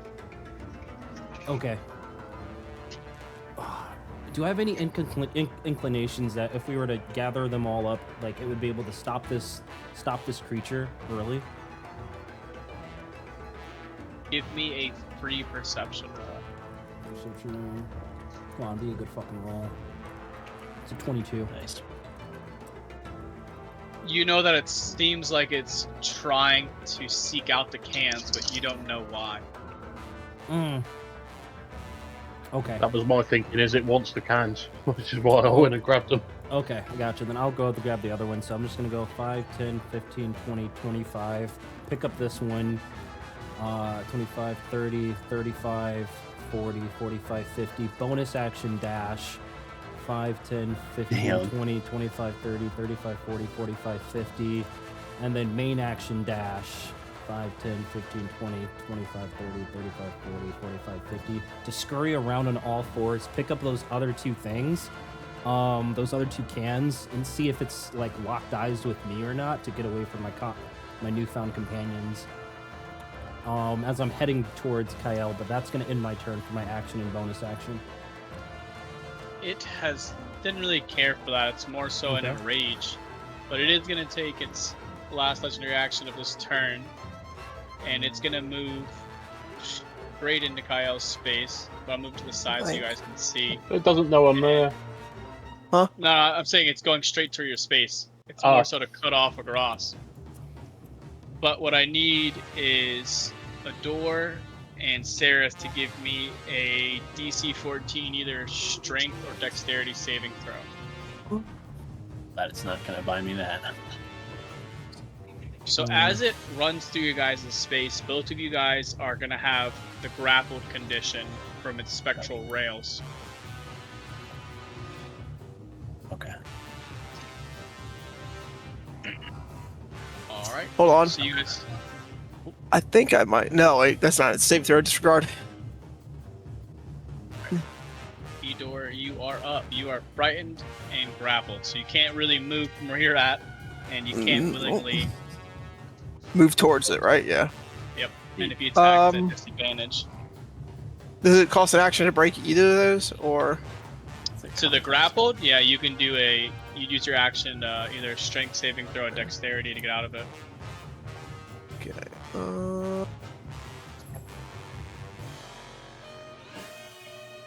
We're gonna try to break the grapple with the strength check, and I actually get advantage on it from my race ability. Nice. We definitely break God damn. What everyone sees, you're gonna see the wood start to grow under him as the rails that are wrapping him starts to shatter and crack. And then we're gonna. I can only move half my movement speed, right? Or do I get all of it? Well, you're frightened. You can't move towards him at all. You got to move the other way. Yeah, I was gonna move away from him anyways. Yep. You think I'm crazy enough to get close to that thing? All right. And that's I think that's all I can do. I don't know if I have anything really useful. I can try it. I can use grasping branches as a bonus action. It's got to make a DC 11 strength check. If it fails, it's grappled in place. Or not grappled. If the giant train's got a good strength. I would assume. Yeah, but it was worth a shot, right? But that's all I can do. All right.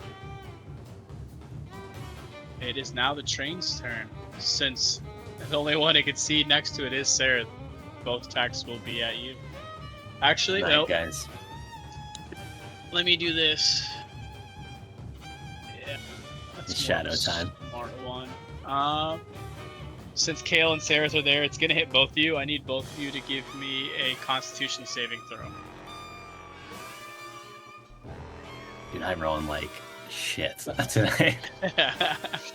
Alright. So you will take full, Kale's gonna take half. Wow, low These roll, dice. there you go. 16. I changed it because you didn't like the Lego ones. So Kale takes half, so 3. Well, you went into the wrong direction. I'm just saying. Am I still hidden? Yeah. And it's gonna move its movement speed to Gross, and then its turn right here, and that was its actions and everything. Does so it take an attack of opportunity? You can definitely do an attack of opportunity. Does that include me as well? Yep. Or am I technically moving with it since it had me grappled? You're grappled right where the rails were, so you're stuck. Okay, do I get the opportunity attack or? Yeah, it left your space. Both of you do. Okay, I will So, swing my quick question on sickle. this. Attack of opportunity, hidden at advantage, is it? Yep. Does that also trigger sneak attack? Mhm. If you attack with advantage, it does. And your Lovely. teammate was within 5 feet, so Oh, you know what? The opportunity attack, is that made with any melee weapon you have? yes. Okay, I'm gonna use my stinger. So 16. Also a 16 for Both me. of you hit. That is max damage. 7 plus that. The stinger's what kind of damage? Or is it normal Piercing. or? Okay, piercing. Yeah, I could just choose to use poison too if I want to spend one of my charges, but I'm gonna keep them. Alright. Good damage. Your guys. damage went through. As it moves toward him and ends his turn, it is now Ulrich's turn.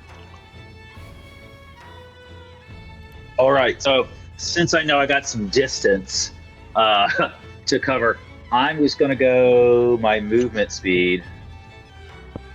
And let's see this where. There, yeah. I'm just going to go here. And while I'm doing that, I'm going to cast this Divine Favor Mhm. as a bonus action, which will, give me radiant damage upon a hit. But since that's as far as I can get, that's all I do. So that's my turn.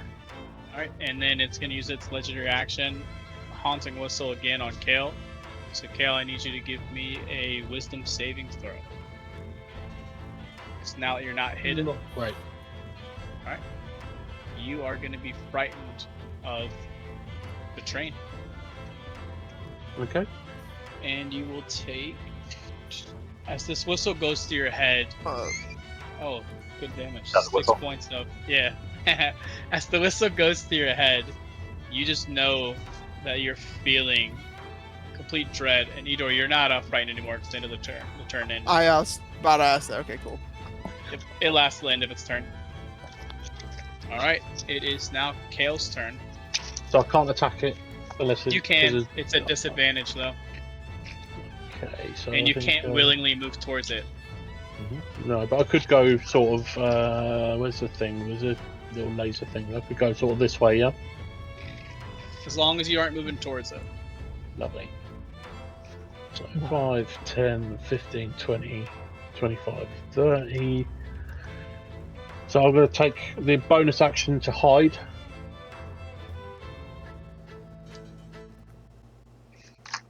So now if I take a shot at it, it will just be flat, yeah?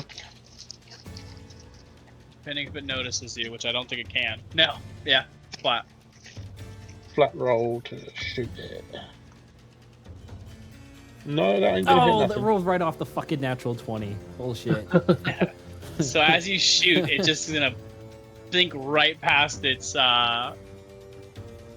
skin hole, and then again, it's gonna take its legendary action. I need a Gross to give me a Wisdom saving throw. Wisdom save.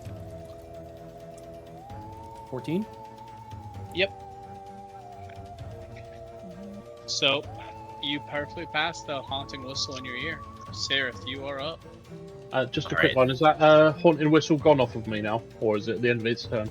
End of its turn. Okay. I'm going to cast Mind Sliver, and it needs to make a DC 14 Intelligence save.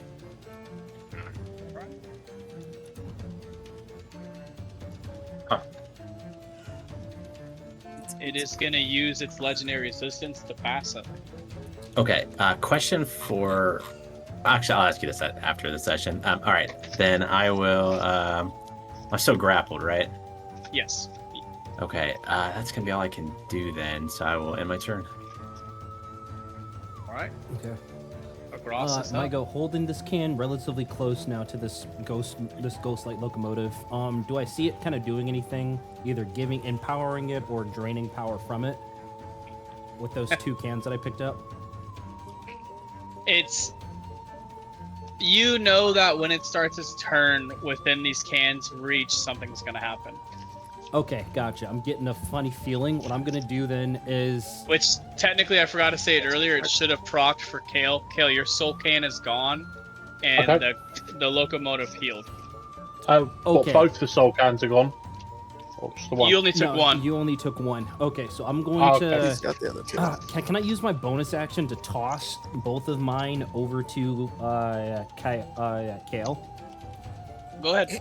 All right, sweet. You want me to make any Can rolls you for even that? see him? Shit. Wait, yes, because he. I'm not hidden. Yeah, he's no Oh, longer. you're not? hidden Okay, 'cause disregard. he's I attacked. thought you were still, you re-hid. Okay. I was like, this motherfucker's Just- a ghost. Give me a sleight of hand check. Sleight of hand. I got +6. Good roll. Come on. Decent enough. Maybe 12. You can make it about halfway. Okay. So it will land like right about here. Okay, gotcha. I get him out of the area there and point to him and say, pick those up. And then I'm going to make 1 attack against the train. I need him to make a DC 13 con save against my Plague Bite. Shit, never mind. It's going to miss with the natural 1. So, let's action, bonus action. And yeah, no, you know what? Yeah, I'm going to stay put. All right. Can so you I'll use just- its legendary? It's gonna use its legendary action to move half its movement speed without no opportunity attacks, so it ends directly over there, and it's gonna end its turn. Well, not its turn. That's its action. Idor, you were up. Fuck, it's way too far away from me. Honestly. One Idor, shot him. give me a perception check. Perception check. Fuck. Hmm. You have a strong feeling that you'd be able to destroy the soul cans. Okay. Magic missile on the soul. The 2 on the soul cans, 1 on the train. Okay. I guess I'll roll them all out, but the last one will be on the train. Oh, I said it. Alright, the cans only had 1 hit point, so they explode, and you see the haints kind of fly into the air, and the train takes the shot to the rear end of it, and you see some bolts fly off. You know that if the train would have started its turn, it would have regained 40 hit points from those cans in total. But you have got rid of it. Good call. I'm gonna you do my movement speed closer, and that will be the end of my turn. Alright, Kale is not frightened anymore. It's gonna do 1 attack at Agros and 1 at Kale. First one, Agros.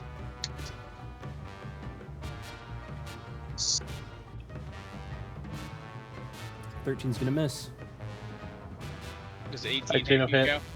Alright, Yeah. so you see the locomotive shift its weight towards Agros, miss as it shifts its weight straight back into you, Kale. And you are gonna take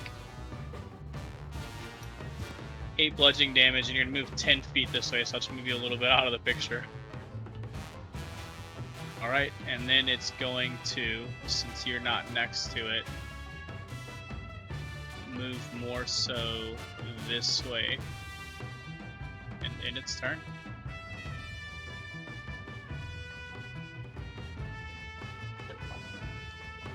Ulrich, you are up.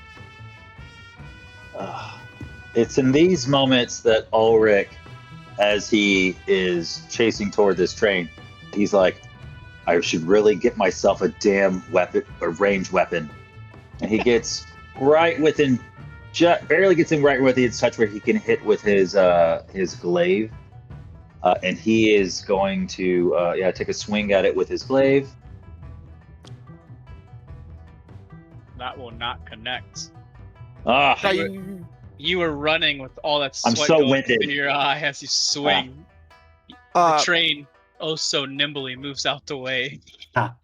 Can Edor Stuff use his here. reaction to use the chrono shift on Yep. Let's go. him to reroll for the attack?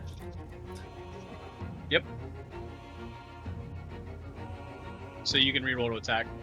oh, I can reroll my attack. Sweet. Yeah. Come I was on, like, hold Terry. on, pause. What? Is that a Nice. crit Oh. or is that? Yes, that's a crit. Hell Roll, yeah! roll right There onto we it. go! Let's go. Yeah. So what everyone sees is Ulrich goes, and as the Ghostlight locomotive moves out the way, he looks like he glitches as his glaive comes back in and comes down with more might, and then you So- can explain your attack. So yeah, so as I come in and I basically what you said, I hit with my glaive. As you see, radiant energy kind of bursts through with my divine favor. So my weapon damage, and then my divine favor, and I also want to hit them with divine smite, since my favor is already running Roll your for 1 roll minute. roll your glaive damage one more time. Okay, did it not come up? No, remember it's crit. You didn't crit it. Oh yeah, I'm sorry. getting a -4 from it. I was too excited. 18 plus 4 is 22. Actually- Do your might. Hold on, I have a thing for critting. You're right. You can add an extra damage dice on it. So roll another I- d10. Oh my god. I hope you're mathing. So +4, 26 so far. Nice, good damage. Okay, and you already got my divine favor, right? Yep, I doubled it for you. And then my divine smite.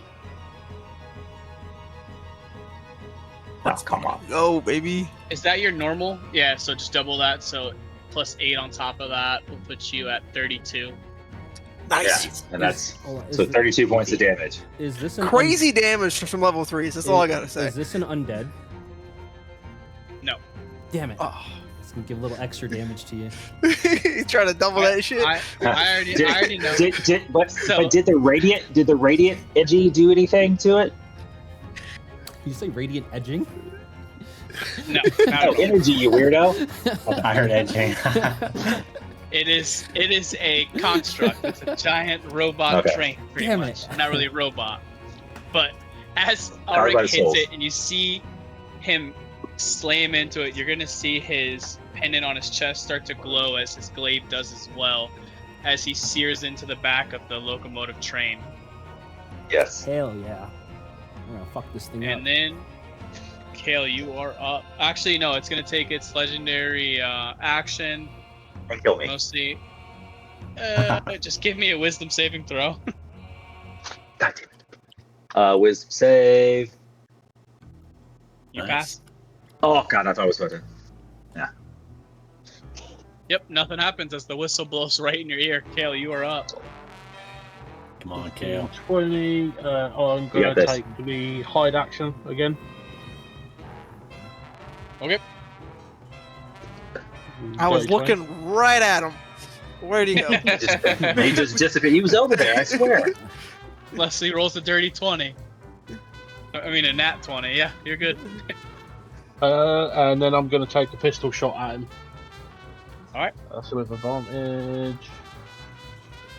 Dang, they both. Wait. So as you run over there, blood pouring out of you, because you are very hurt. So you Yeah. take aim, maybe some of it gets in your eye as you shoot, and it goes wide and thinks off the side of the train. Damn it. That's everything I can do. It is gonna, again, take its legendary action across. Give me a wisdom saving throw. Wisdom save. Nice, 19. Good rolls. Let's go. Keep it up. That is a save. Sarith, you are up. I'm going to once again do Mind Sliver, so he needs to do a DC 14 intelligence save.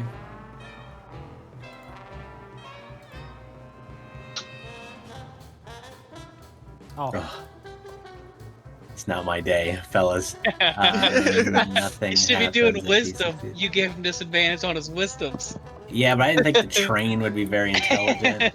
It's not. That's a 0. It's just rolling good. I think I'm still grappled, so that's all I can do. I can't do anything else. I'll end my turn. Gross. A note, reaction. Gross, give me another saving throw. Wisdom save. Keep up the good rolls. Another 19. As I shake off that whistle, there's too much like fucking earwax in my ears. There's, like some of it's kind of coming out of my left. I'm gonna. Ooh, yeah. Oh wait. That's a critty. Sweet. So 13. Oh, double natural 20s on my fucking flurry, Jesus. my flurry of blows. Let's go. That's 1 crit. It's That 2 even crit. be. Oh, wait, sorry. The 13 would miss, right? Yes, it does. Yep. So eight- we'll just do 11 and 8. Okay, correct.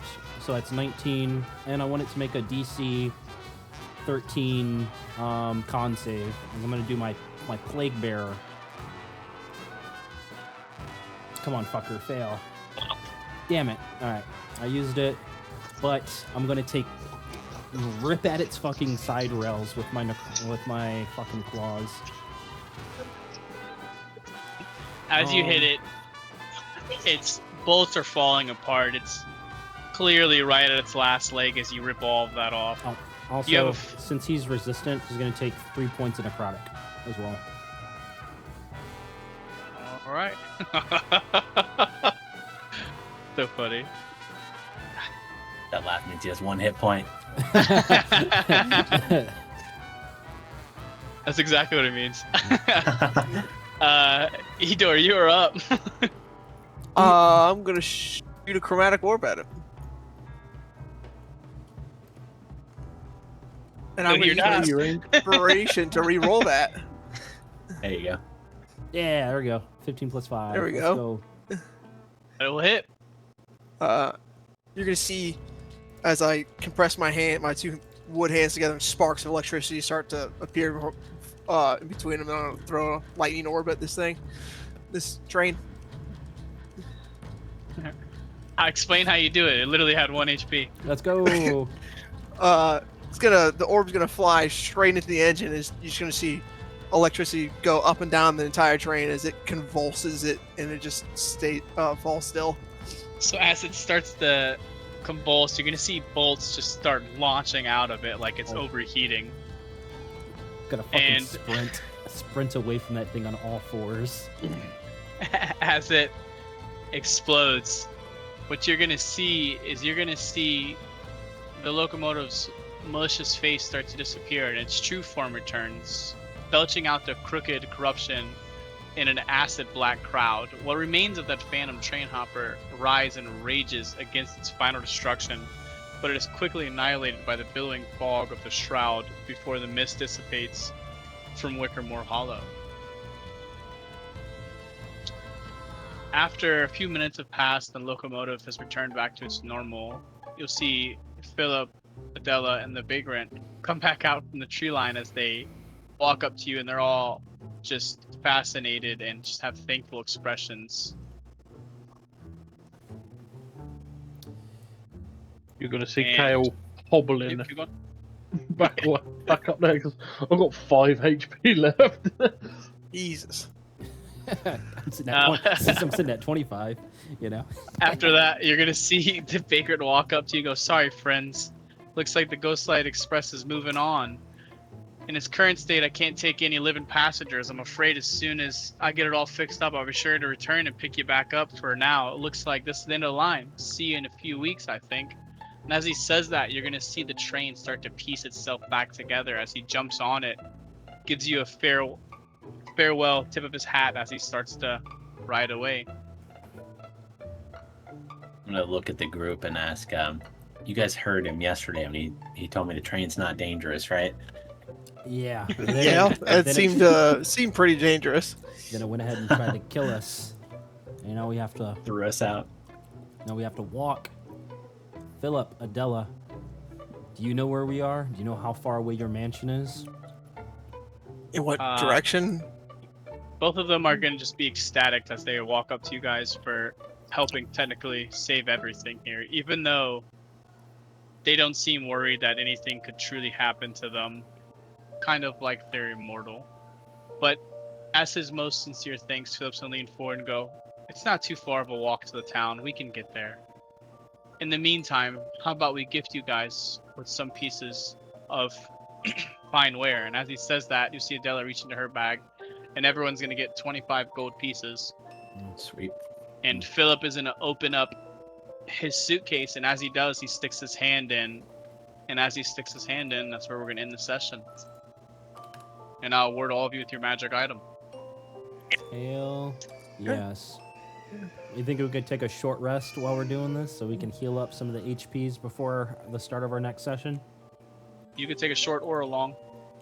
Oh, Philip's very strong. He just didn't want to attack the locomotive just because it kind of does what he wills, like Yeah. more so taking away the. You said 20 gold, correct?